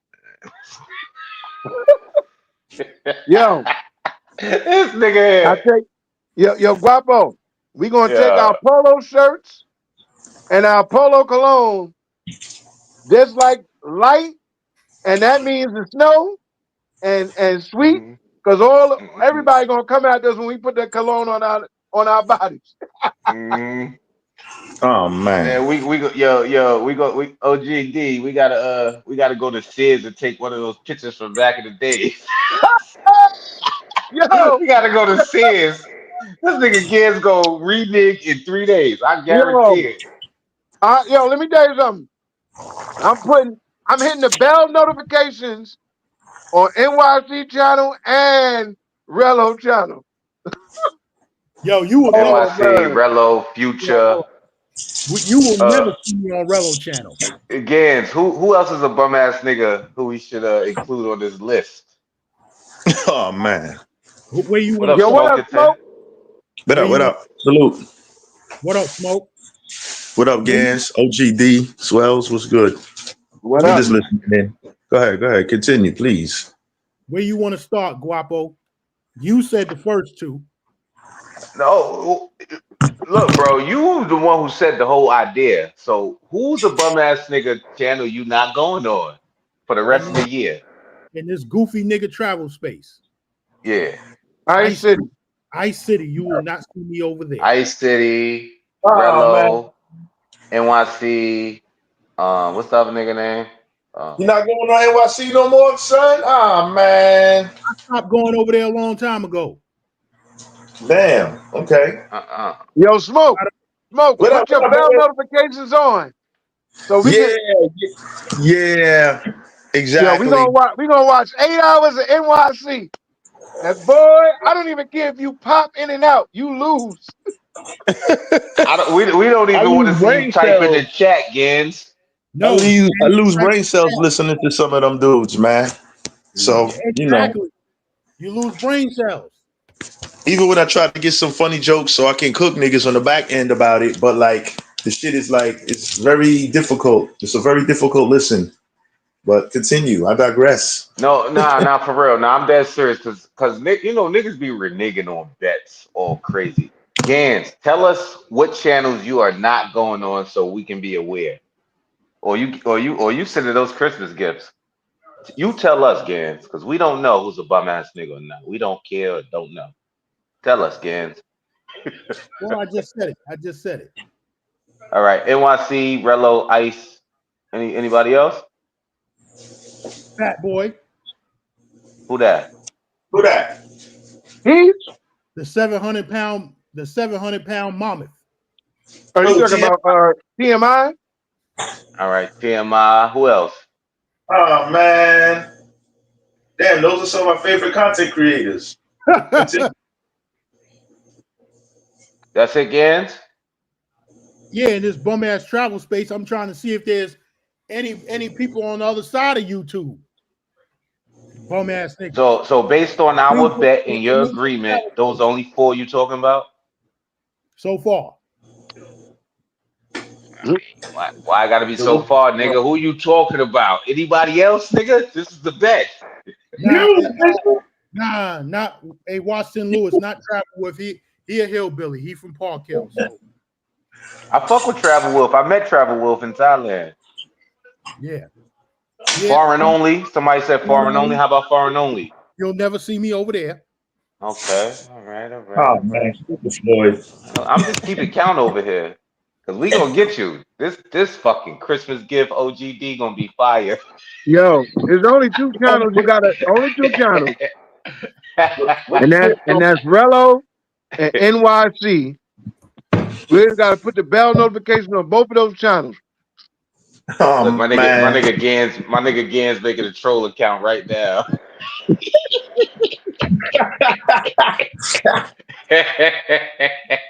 That's crazy, son. Damn. All right. I'm gonna be watching, son. Turn that shit to 2 times the speed, go to work. As soon as I see you, nigga, I'm calling you. It's up. Send me my shit, son. Send me my shit. We're not gonna make this a lifetime thing. We got from now until December 31st, brother. There you go. Right. It works. We're not including today, though. We're not including today. You can go and get your shit off today. It starts tomorrow, November 12th. It's up. I'm good. I lost enough brain cells for the year. Last hurrah talk. Right. Oh man. Damn, son. You fucking with smoke? Man, I'm cooking, nigga. Literally. I'm cooking, Sean. Literally, lemon chicken, baby. You know about that lemon chicken, son? A lot. Lemon chicken. I'm like, fuck it. We're gonna go with the yellow rice too, and then we go with the broccoli and cauliflower to add some color to the plate. You know what I mean? You know what we do. I just took a wild nap. The nap was beautiful, old man style, baby. Nice little old man nap, 2 hours and change. I'm when like, you got back? Gans ain't gonna. I'm in my crib. Gans ain't gonna start the live at 3 o'clock like he said yesterday. So I said, let me take a quick nap. It's all good though. I'm just in the crib. Start the shit at 3:03. Well, I just was guessing that he wouldn't. It was about 2:30, so I said, let me just take a quick nap. Get up around 5 o'clock. He should definitely be on by then. Yo, Smoke. I kept texting him all day. I said, we going on at 3? Don't play with me, man. I said, we better be going on at 3. Shoot. Yeah, after that last pump fake, I said, you know what, man? I stayed up waiting for this nigga. He pushed it back 2 hours. I said, shit, I could have took a nap. So I tried to beat nigga to it this time. I said, I'm going to take a nap first, just in case. You know, it's all good, though. Salute to y'all, man. Salute to y'all. Salute to the veterans out there. Happy Veterans Day. Men and women of the armed forces. Salute to y'all for putting your lives on the line to keep my civil liberties free in order to travel across the world. So salute to y'all, man. Facts. So when the next time y'all going live? Shit, I don't know. I may fuck around and go live later, even though I ain't got nothing to talk about. Never no need to have nothing to talk about. You never know what's smoke, but you was in Thailand for 42 weeks. Come on, man. Now we're doing a trip review. We're doing a trip review Saturday on Swell's channel. Yeah. So Smoke, let's get to this. What up? The House and the Senate came to a deal to put all the federal workers back to work, right? Okay. From what I understand, that's what they're saying. Did Trump sign off on the deal? Is the question. I'm not sure. I'll have to call him. Like after the live, I'll hit him up and I'll get back to you. Personal number is crazy. Queens niggas, man. Queens niggas unite. Queens runs the world. Act like you know, nigga. Word. Queen get the money, man. I took a small loan from my father for $20 million. For all of y'all, subscribe to Metal World Smoke. Donald Trump pulls up on his channel. He a Queens nigga. Queens nigga talk. The Trump stuff, baby. Oh man, small $20 million loan from gotta my get dad. them boys back to work. We gotta pay them. Well, the ones that said fuck it, I ain't going. We gotta get them back in the mix. And those that's there, we gotta cut them boys a little. Cut them a little extra change on the check, man. You know what I'm saying? I think I saw Trump said, if you don't call out sick when y'all go back to work and they get everything straightened out, he gonna give motherfuckers a $10,000 bonus or some shit, some type of bonus, maybe 5,000, something like that. Whatever it is, good. Because that's good because them niggas is late on all their bills and shit. So now you gotta. Well, most niggas live check to check in this country, unfortunately. But niggas is late on their bills, so you gotta give them a little something on the back end just to make it. You know what I mean? Make the shit right. Because you know the routine. The motherfucking landlord, the bill collector, them niggas don't give a fuck if it's shut down or not. Niggas want their bread. You know what I'm saying? Niggas like, yo, the government shut down. We can't get paid. Go outside and sell some oranges, nigga. Do something. Give me that bread. So, you know, it's good that folks could get their money finally. Because I know a few people that kind of been down. You know what I mean? Mm-hmm. So, TF, TF, we're bringing it back. We're bringing it back because, as you can see, New York City wasn't being represented properly. So if y'all go back earlier in the stream, myself, my boy Noose, and Mr. D, we all pulled up with our New York Yankee hats. We bringing it back. We taking it back because New York City wasn't being represented properly. That was only about one special kid, but so you can't let one special kid put a black eye on the game. Come on, that's ludicrous. He don't even count. One bad. He don't even. He don't count. I don't know why y'all niggas ran over there from the start to run behind this nigga. Unproven. You know why? Nigga was already proven a goofball and a crash out before everybody ran over there to try to rally behind him and give him all his money and do all that. And then at the end of the day, what it turned out. You are who we thought you were. But some niggas don't sit back and think like we got to see who you are first. Niggas don't believe in doing character tests first. They just jump on some shit, anything, just to go with the wave. But that's not it. So all y'all niggas out there listening, don't do that again. Because everybody at don't the time, do that again. Everybody at the time was looking for some type of competition, including myself, to go up against Rello. But why? Why is somebody looking for competition against a bum ass nigga? That makes no sense. We got to get another bum to compete. What is this? The bum Olympics? Don't do that. Bum on bum Olympics. Fucking bum Olympics. Come on. Don't travel bum Olympics competition. That was the excuse that everybody used, but I didn't see the logic in it. But I'm glad that everything is everything, and you know, yeah. Nigga, vacation with $20, $30, $40 in their pocket. Come on, man. That shit is an insult. Don't go with the flow, be the flow. The words of good fellas. To support that kind of activity is very strange behavior, I would think. But now that everybody knows and has known forever to continue to support the behavior, that's on you know what I'm saying? Like whoever supports that kind of behavior, so be it. But it's pathetic. It's sad. They still support it, Smoke. Yeah, that's what I'm saying. But good for them. I'm not mad at people anybody for getting support. But I'm just saying that's not like I don't support that. It doesn't nah.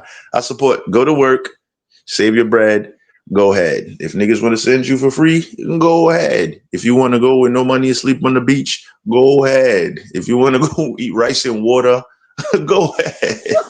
Like roach niggas are sleeping in roach motels and shit. Like this is so like for what, man? Yo, but I love the rice and water. Yeah, that's Big Super. What's that? The Big Super rice and water talk. But look, hey man, the entertainment is there. If people are entertained, Niggas crash out. I'm gonna talk about it, and I'm gonna be entertained. So keep the entertainment rolling, is what I say. Paid off your pain. Paid off your pain and shame, baby. That's my name. So keep it up. Keep up the good work, Crash Dummies. For real. It's cool. I'm cool But with you it. know what? You can't even be mad at them. You know why? Because they I'm not live in a mad. dream. They live in a Yeah. dream. I mean, it may be a nightmare when That's you get there with no money. It's a nightmare when the nigga land and his pockets are empty. But I guess it's a dream when you watching real niggas do the shit. It looks but good. OG, Don't try this you at home. gotta remember how I described the word winning. Mm-hmm. Are they Right. winning? Yes or no? Right. Seem like they're Right. winning to me. Uh-huh. Well, to you, to me, it seems like that. I guess in their mind they win. But if I go somewhere and I'm sitting there with no money in my pocket, I think that's a loss. But you know, different people gauge things differently. But they really did though. I don't think it's a win. They're there, but you didn't win. You're just there though. But that's better than not being there at all. So I can't be mad. I'm not mad at all actually, because I'm there though too. I'm there. You know what I mean? But don't try London this at Town asked the question. He don't said, try it at home, bro. he says nobody from New York answered my question. His first question was What was it? who the face of New York in his travel space. Khalil I don't know. Backyard answered that question. I What know. he I said? don't know. Yeah, because I'm faceless, Oh, nigga. This is not a competition. That's where y'all fail to realize. You think niggas, everybody's, I want to be the number one. Nah. I won already. right. I'm here. So I couldn't answer that question. He said Future and Razor. Yeah. Okay. That's cool with me. Anybody can be the face. It's all good. I'm a faceless content creator. I don't know. I don't know, London. I don't know. It ain't me. I be macking. I'm inconspicuous. Niggas don't know a lot about me. I don't know. It Yeah. ain't me. I'll tell you that much. Yo, Gans, look at Nathaniel's pick. Salute to Nathaniel. I think he used my pick. What up, Nathaniel? Yo, Gans, highlight Nathaniel's what you call it. The avatar? That's crazy. Yeah. TF said the Goodfellas is a good representation of NY. I could feel it with y'all video clips. Now we really like that in real life too. Like anybody who ever hung out with the Goodfellas traveling, I'm like, yo, them niggas cool as fuck. Like we never had any issues. So I think we're a good representation. I don't know if we're the face of New York, because there's like 6 of us from New York. I mean, we're not the faces of New York though. But I feel like we do a good job showing love and just not crashing out and just having our shit together. Thailand was Yo, a movie though, Gans. You gotta pull up. when the last time Barber World came out with something? It's been a minute, right? No. I met Bob World again in Thailand too. Yeah. Okay. He was out there macking. I ain't seen the notification. So chat, y'all could vote. Y'all could vote who y'all think is the face of New York. Put it in as a community post.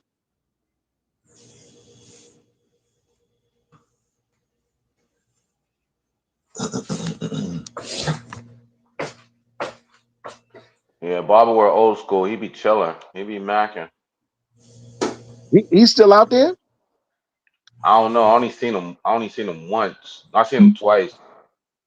Okay. Somebody call that nigga. Tell him the good fellas left. He can come back outside now. Ain't nobody after him. What's wrong with that guy? Who? He went mute on niggas. I haven't seen a live in weeks. Yeah, I haven't seen him go live in weeks. Yeah. He probably GFEing like the rest of us was. Speak for yourself, nigga. Speak for yourself. I love this. I love this mentality. This mentality is very confused and very twisted, brother. Speak for yourself. Like you was. Speak for I you. was GFEing so heavy I wouldn't even believe me, man. It was ugly. No, man.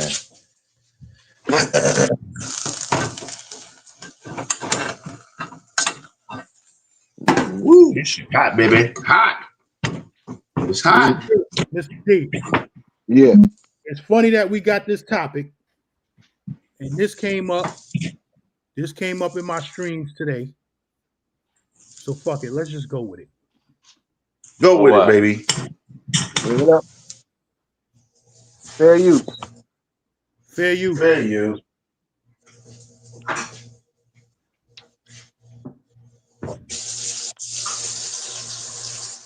Hey, y'all niggas can hear me. Y'all can hear me chewing, cause this shit is good. Yeah. All the My time. fault. My We heard fault. you before you jumped off and everything. We could always tell when a nigga talking with his mouth full sounding all crazy. Uh-huh. Yeah, where the video, man? It's coming. It's You didn't coming. want to Don't choke, nigga. All right, I'm finished. My fault, good fellas. Yo, salute to Hassan Campbell. Fair use. Oh God. Boy, that nigga. It speaks to what we. It speaks to what we're talking about today. He hits the points, but I just as a personal like not the message, in the jungle, not the message. it's Don't super violate that like button. Goofy ass. It don't niggas. cost nothing for you to hit that like button.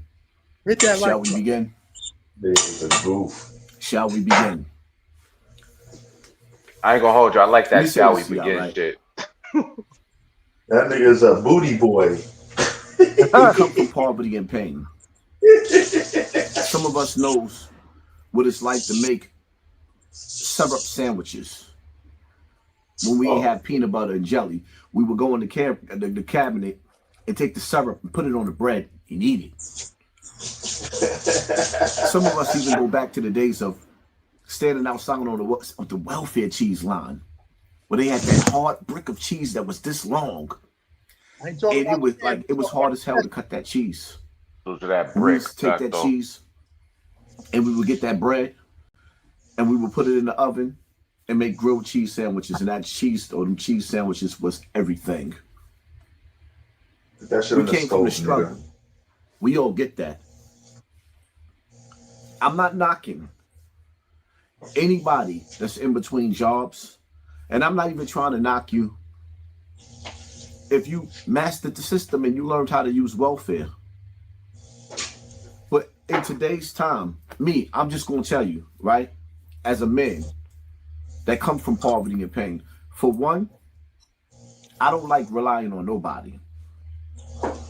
For two, you sisters out there, you women, my sister's a millionaire. If you know who she is, you know who she is. If you don't, and I shouldn't even be saying that. I ain't gonna say she a millionaire. My sister doing good. Tell her let me The hold women some. in my family is doing good. My cousins, my cousins is looking good. They doing good. They living good. They living good. I'm living good. If you my woman, right? You my shorty, my wifey, and we go into a room in a gathering and we having conversations about being successful or what we doing in life and where we at in life. No disrespect to anybody that's in between jobs or, all right, you on welfare, but that ain't it, shorty. It ain't it for me. Don't no man, Haas, why you being nice? Don't no man with a female sitting on. You can't just sit on your ass. Do something. Bring something to the table. You can't. Don't nobody want no beautiful bum. You females criticize men all the time. But the reality of it is, my sister look good. My cousins look good. And they getting it.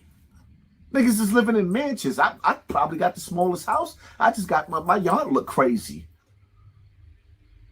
The women in my family is doing good.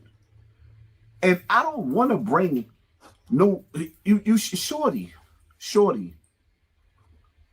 You step outside with your man and his family having a conversation. My wife is a go-getter. If I fall off my feet, I know she gonna hold it down. But now let's take this to the next level of this conversation. You got you federal workers. I ain't got paid in, what is it, 40 days now? It's time for us as a people to take the titty out of our mouth and stop living off of the machine. It's time for us as a people to stop laughing at each other's pain and trying to figure out how to make a way for us. Because as a people, they're trying to make us look like we the bottom of the barrel.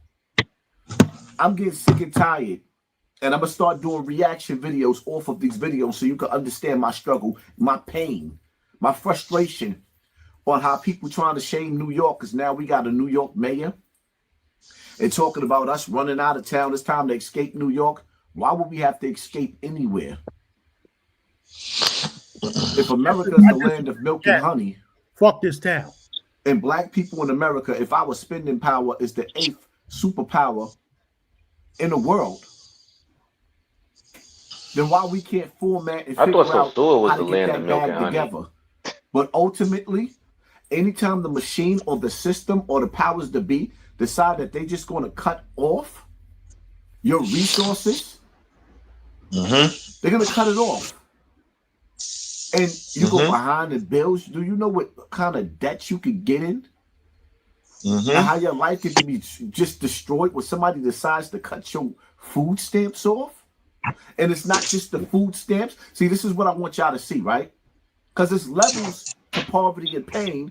It's levels to sitting on your behind and not doing nothing. But then what if you're the person that is going to work? Getting up early in the morning to get to that plantation. Oh man, those are the only people I care. After you worked and worked and worked, now they telling you they're not going to even pay you. They making sure that they get their checks. They making sure that they go home at nighttime and don't even care about whether, like, it doesn't even matter whether you feed your kids or not, whether you on welfare or off welfare. So now, as a people, it's time for us to stop complaining and start making changes. What Michael Jackson said, I'm gonna make a change. When he's singing, I'm starting with the man in the mirror. But when he says it, everybody's praising this little nigga. Conversation. It's time to drop Very all strange. that weight. Well, he hit. What I gotta put it in subtitles or something? You just get mad at me when I say this. It's time for us to drop dead weight. You gotta bring something to the table. I don't care who you are. If it's the nigga Yo, sitting in the what's house, the point of this video again? My fault, while the females at work, he gonna get or it's the female sitting in the house watching TV with the remote control in her hand, not doing nothing. That's called the bum bitch. You have to bring something to the table. That's the bottom line to that. No more freeloading. No more freeloading. The next chapter of life is for those who ain't playing.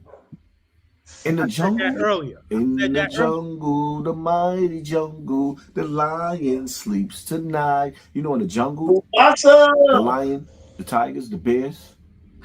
When the lions go out and hunt, and they catch the little deer or the gazelle, the last one that can't keep up with the pack, they get devoured. We take care of our elderly. Yeah, we're going to definitely do that. We're going to take care of the babies. But some of you stray mutts running around that don't want to bring nothing to the table, but y'all showing up to the table with your knife and your fork to eat, we can't have that no more. We can't have that no more. Bottom line to it is you got too many takers. And y'all taking and y'all taking and y'all taking and y'all taking and y'all taking. And if you keep on taking and you're not adding, but you subtracting, sooner or later the bank and the vault is going to be empty. And then the people that's going out there to get it, we ain't going to have nothing for ourselves, and we can't be having that neither. The elite, they stick together. The poor, all you do is watch the rich and praise them for doing nothing for you. And they get excited, really, really get excited when they bring you a turkey. I don't even like them dry ass turkeys. You think I want one of them turkeys? I don't even like them turkeys.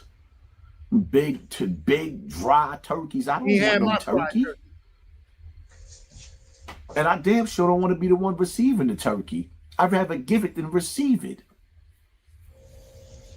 Give me a Playtime turkey. is over. It's time for people to wake up, man. Playtime is over. The way this world is turning, you mean to tell me if they decide to turn everything off, we just sitting there in debt? Can't go to the supermarkets? Can't run to the bank? What if they cut the bank? They decide to close the bank or the power go out. You can't get to your money.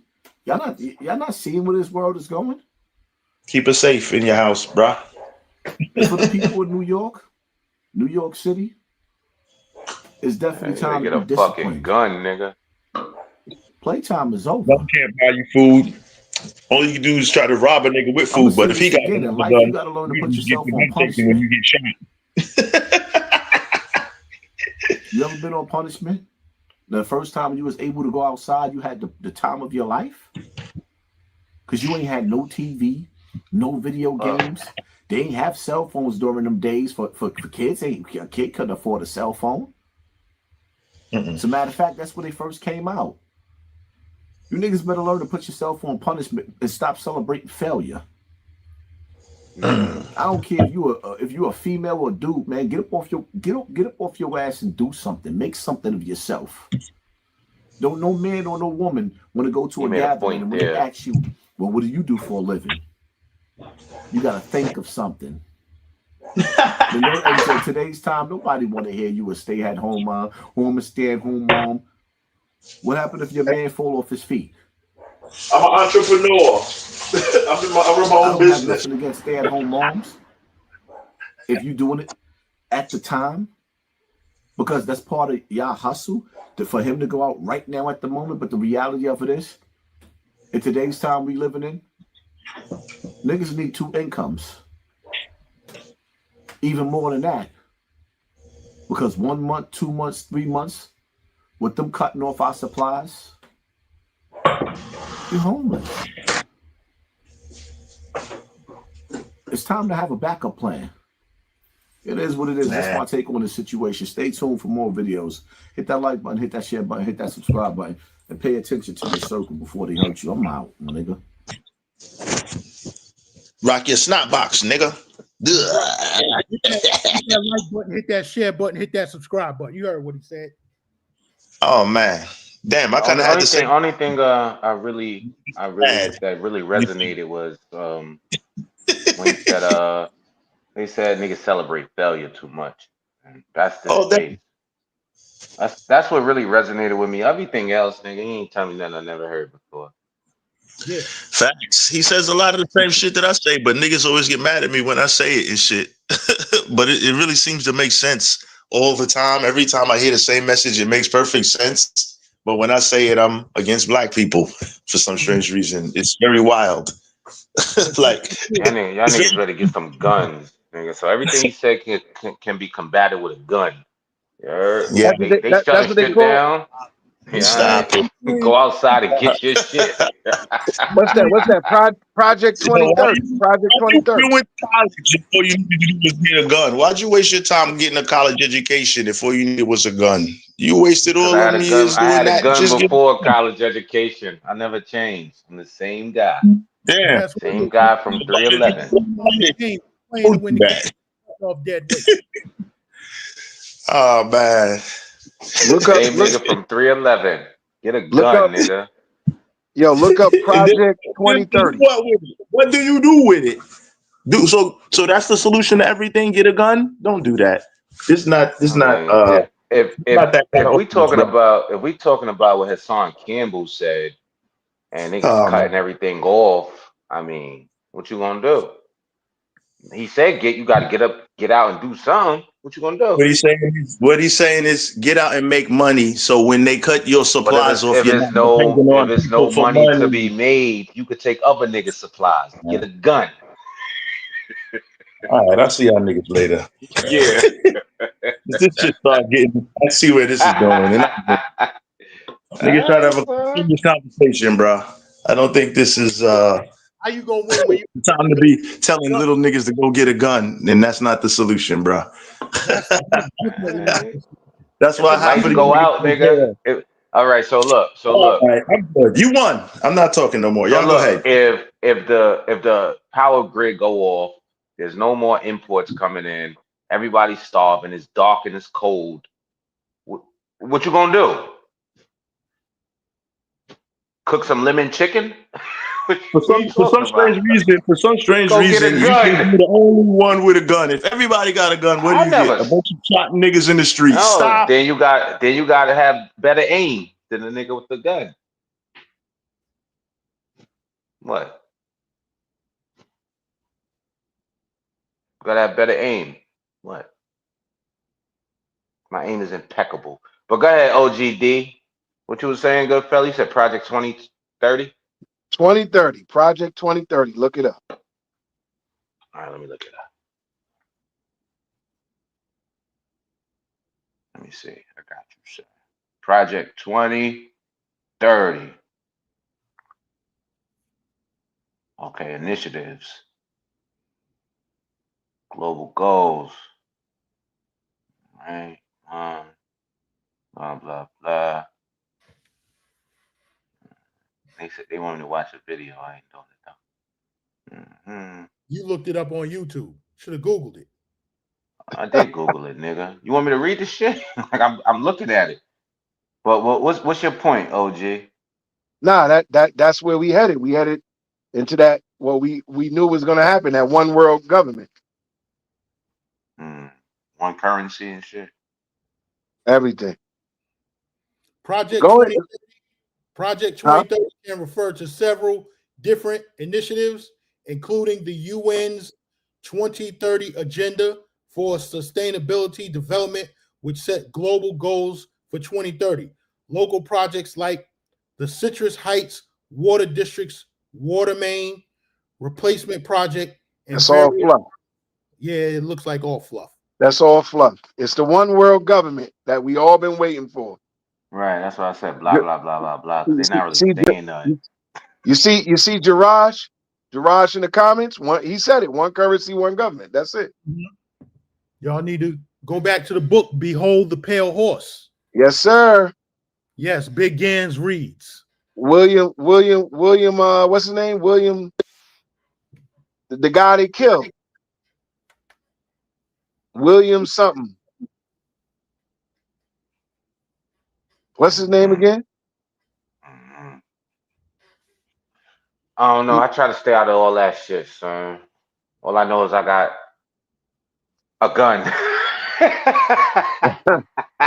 Salute the King H. Or a few. New World Order.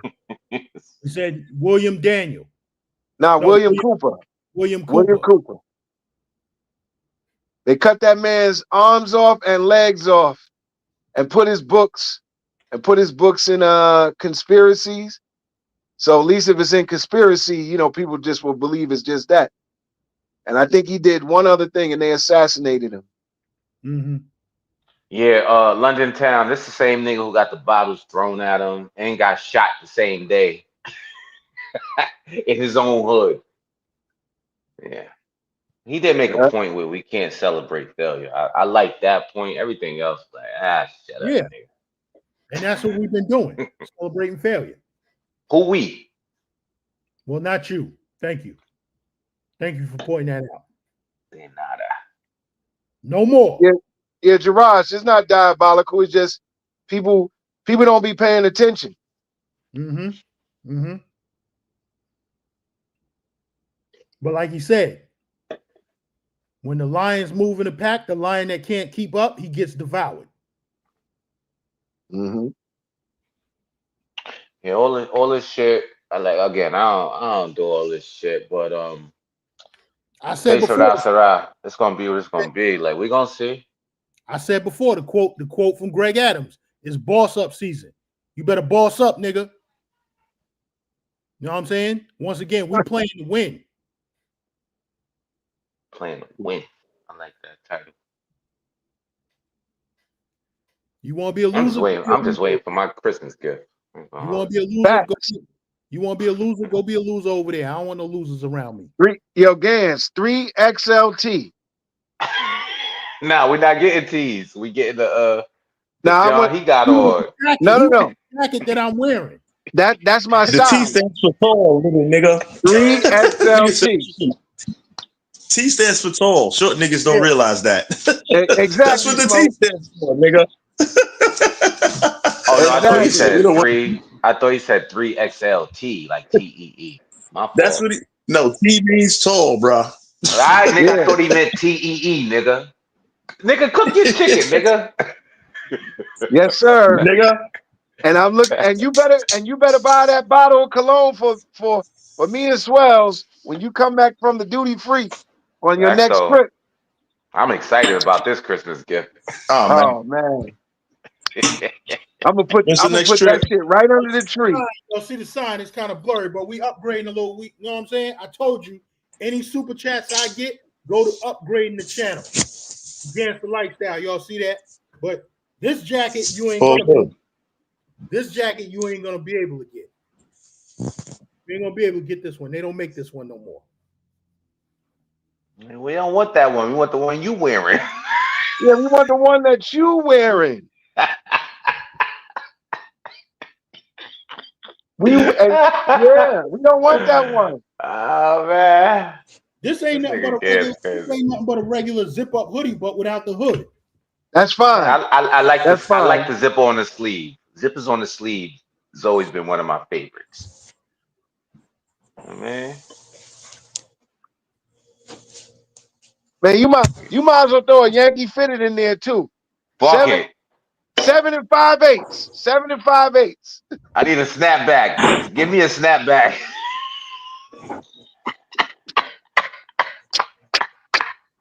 Yo, GanZzta, that's a bet, GanZzta. GanZzta, you gotta throw Yankee fitteds in with the John and the cologne. Yeah. You good? We good with that, GanZzta? Yeah. I bet. And we want listen. Keep all the stickers on the hat. Don't take them off. Travel POV, thanks for the $2 super chat. Salute. What up, POV? We got 3 more minutes. We got 3 more minutes, then we're gonna shut it down. I bet. I'm gonna spin, yo. Salute to you, GanZzta. Great topic, great discussion. Yoga is a weird nigga. OGD, salute to you, good fella, man. Salute. Smoking 10, holla at me, man. Salute to the chat, salute to all the support, man. Fuck with y'all. Facto. You already. Yeah, Fuzzy, I'm gonna do all of that. I just wanted to get it up today. You know what I'm saying? Because it's been sitting in the box. Damn, I missed yoga. I didn't get a chance to curse out the yoga today. Damn it. Oh man. Nope. He'll be around. You say his name. We trying to cut the stream, but you know he gonna be on yours. When you going back live again? Saturday? It's all good. I'm gonna catch the replay.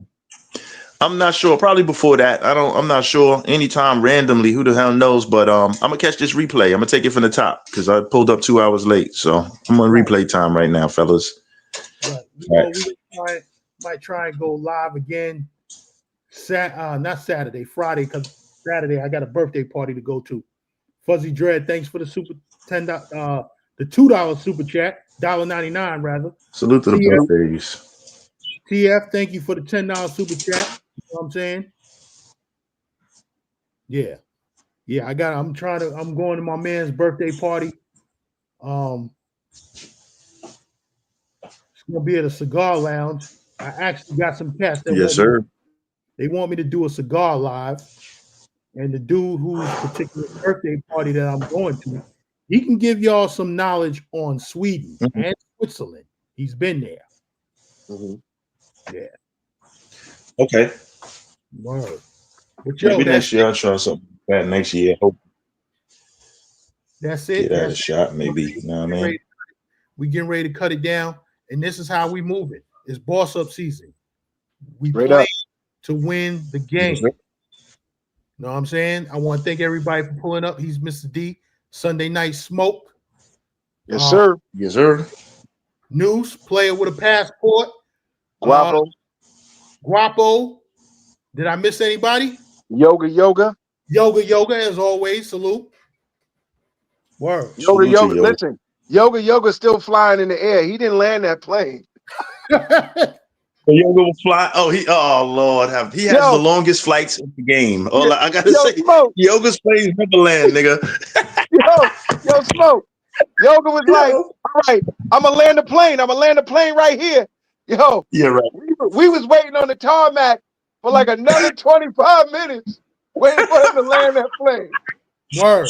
Yo, always. That's Yoga Airlines for you, player. Yo, Sure. I'll catch y'all on the next one, man. You already. OGD, Gans, peace, y'all. One love. All right. All right. Oh man. But yo, it was another good one. Yes, sir. And another good one. We're gonna try and come back a little bit more often. See, this is what it is. Me and Mr. D like to have topics to talk about. We're not just going live just to be going live. Right. You know what I'm saying? And we damn sure ain't sitting on here for 30 hours. There you go. Motherfuckers got lives and shit to do. You know what I'm saying? But yo, we're gonna try and come back. We're gonna see what's going on. I didn't even get into the sports, but yo, just real quick. We ain't gonna stay on it long. Real quick. The Giants, for y'all midget fans out there, y'all already know they fired Brian Dable. Mm-hmm. Right? And in basketball, the Mavericks fired Miko Harris, which I said when we talked about this last year, when the Mavericks traded Luka, I said, yo, Miko Harris gonna be the scapegoat and they're gonna fire his ass. And they just fired him today. You know what I'm saying? But that's what it is. We're gonna get into some sports, you know, talk about some other shit. My top 5 teams for the week. I got the Lions, the Seahawks, the Colts, and the Rams. Stephen A. Smith's top 5 is the Lions, the Patriots, Colts, Rams, Seahawks. You know what I'm saying? I don't know how you can't put the Eagles number 1, but that's what it is. You know what I'm saying? But yo, good live. We're going to get into some more topics. We ain't just talking about travel shit. We talking about lifestyle because it's the GanZzta Lifestyle. This is what we doing over here. You know what I'm saying? And once again, it's level up, boss up in 2026. If you ain't bossing up, you going to get left the fuck behind. You know what I'm saying? You going to get devoured by the Lions who's looking to win. You know what I'm saying? And we Lions over here that's looking to win. Salute. Yeah. Mr. D, I'm Big Gans. Mr. D, you got something else to say? Yeah, let me just add 2 things. When we talk about sports, we're going to talk about that gambling racket and whatnot. And I just want to leave off with this, you know, like the title says, you play to win the game. It's a scripture out of the Bible in 1 Corinthians 9:24, and it says, do you know that those who run in a race all run, but one receives the prize? So run in such a way that you may obtain it. Keep that mentality and that mindset, and I guarantee you're going to keep winning. There you go. All right? That's what it is. But yo, that's what it is. He's Mr. D. I'm Big Gans. Salute to Khalil. I don't know why Khalil ain't pull up today, but so he could give the pushback. But this is what it is. Oh, Jose Sanchez. I'm not a passport bro. This is exclusive world travelers over here. And that's talking about my whole team, because it's not just me. My team, they hit different countries too. My man Butch is in Dubai right now. So everybody that's down with the GanZzta Lifestyle team, we exclusive world travelers. We not passport bros. And that's what we pushing. You know what I'm saying? Salute to you, Jose Sanchez. Word. But yo, we out. He's Mr. D. I'm Big Gans. Salute to everybody that pulled up. Thanks for the super chats. If you're watching this on the back end, hit the like button. You know what I'm saying? And hit the like button on the way out. It's the GanZzta Lifestyle. Yo, we out.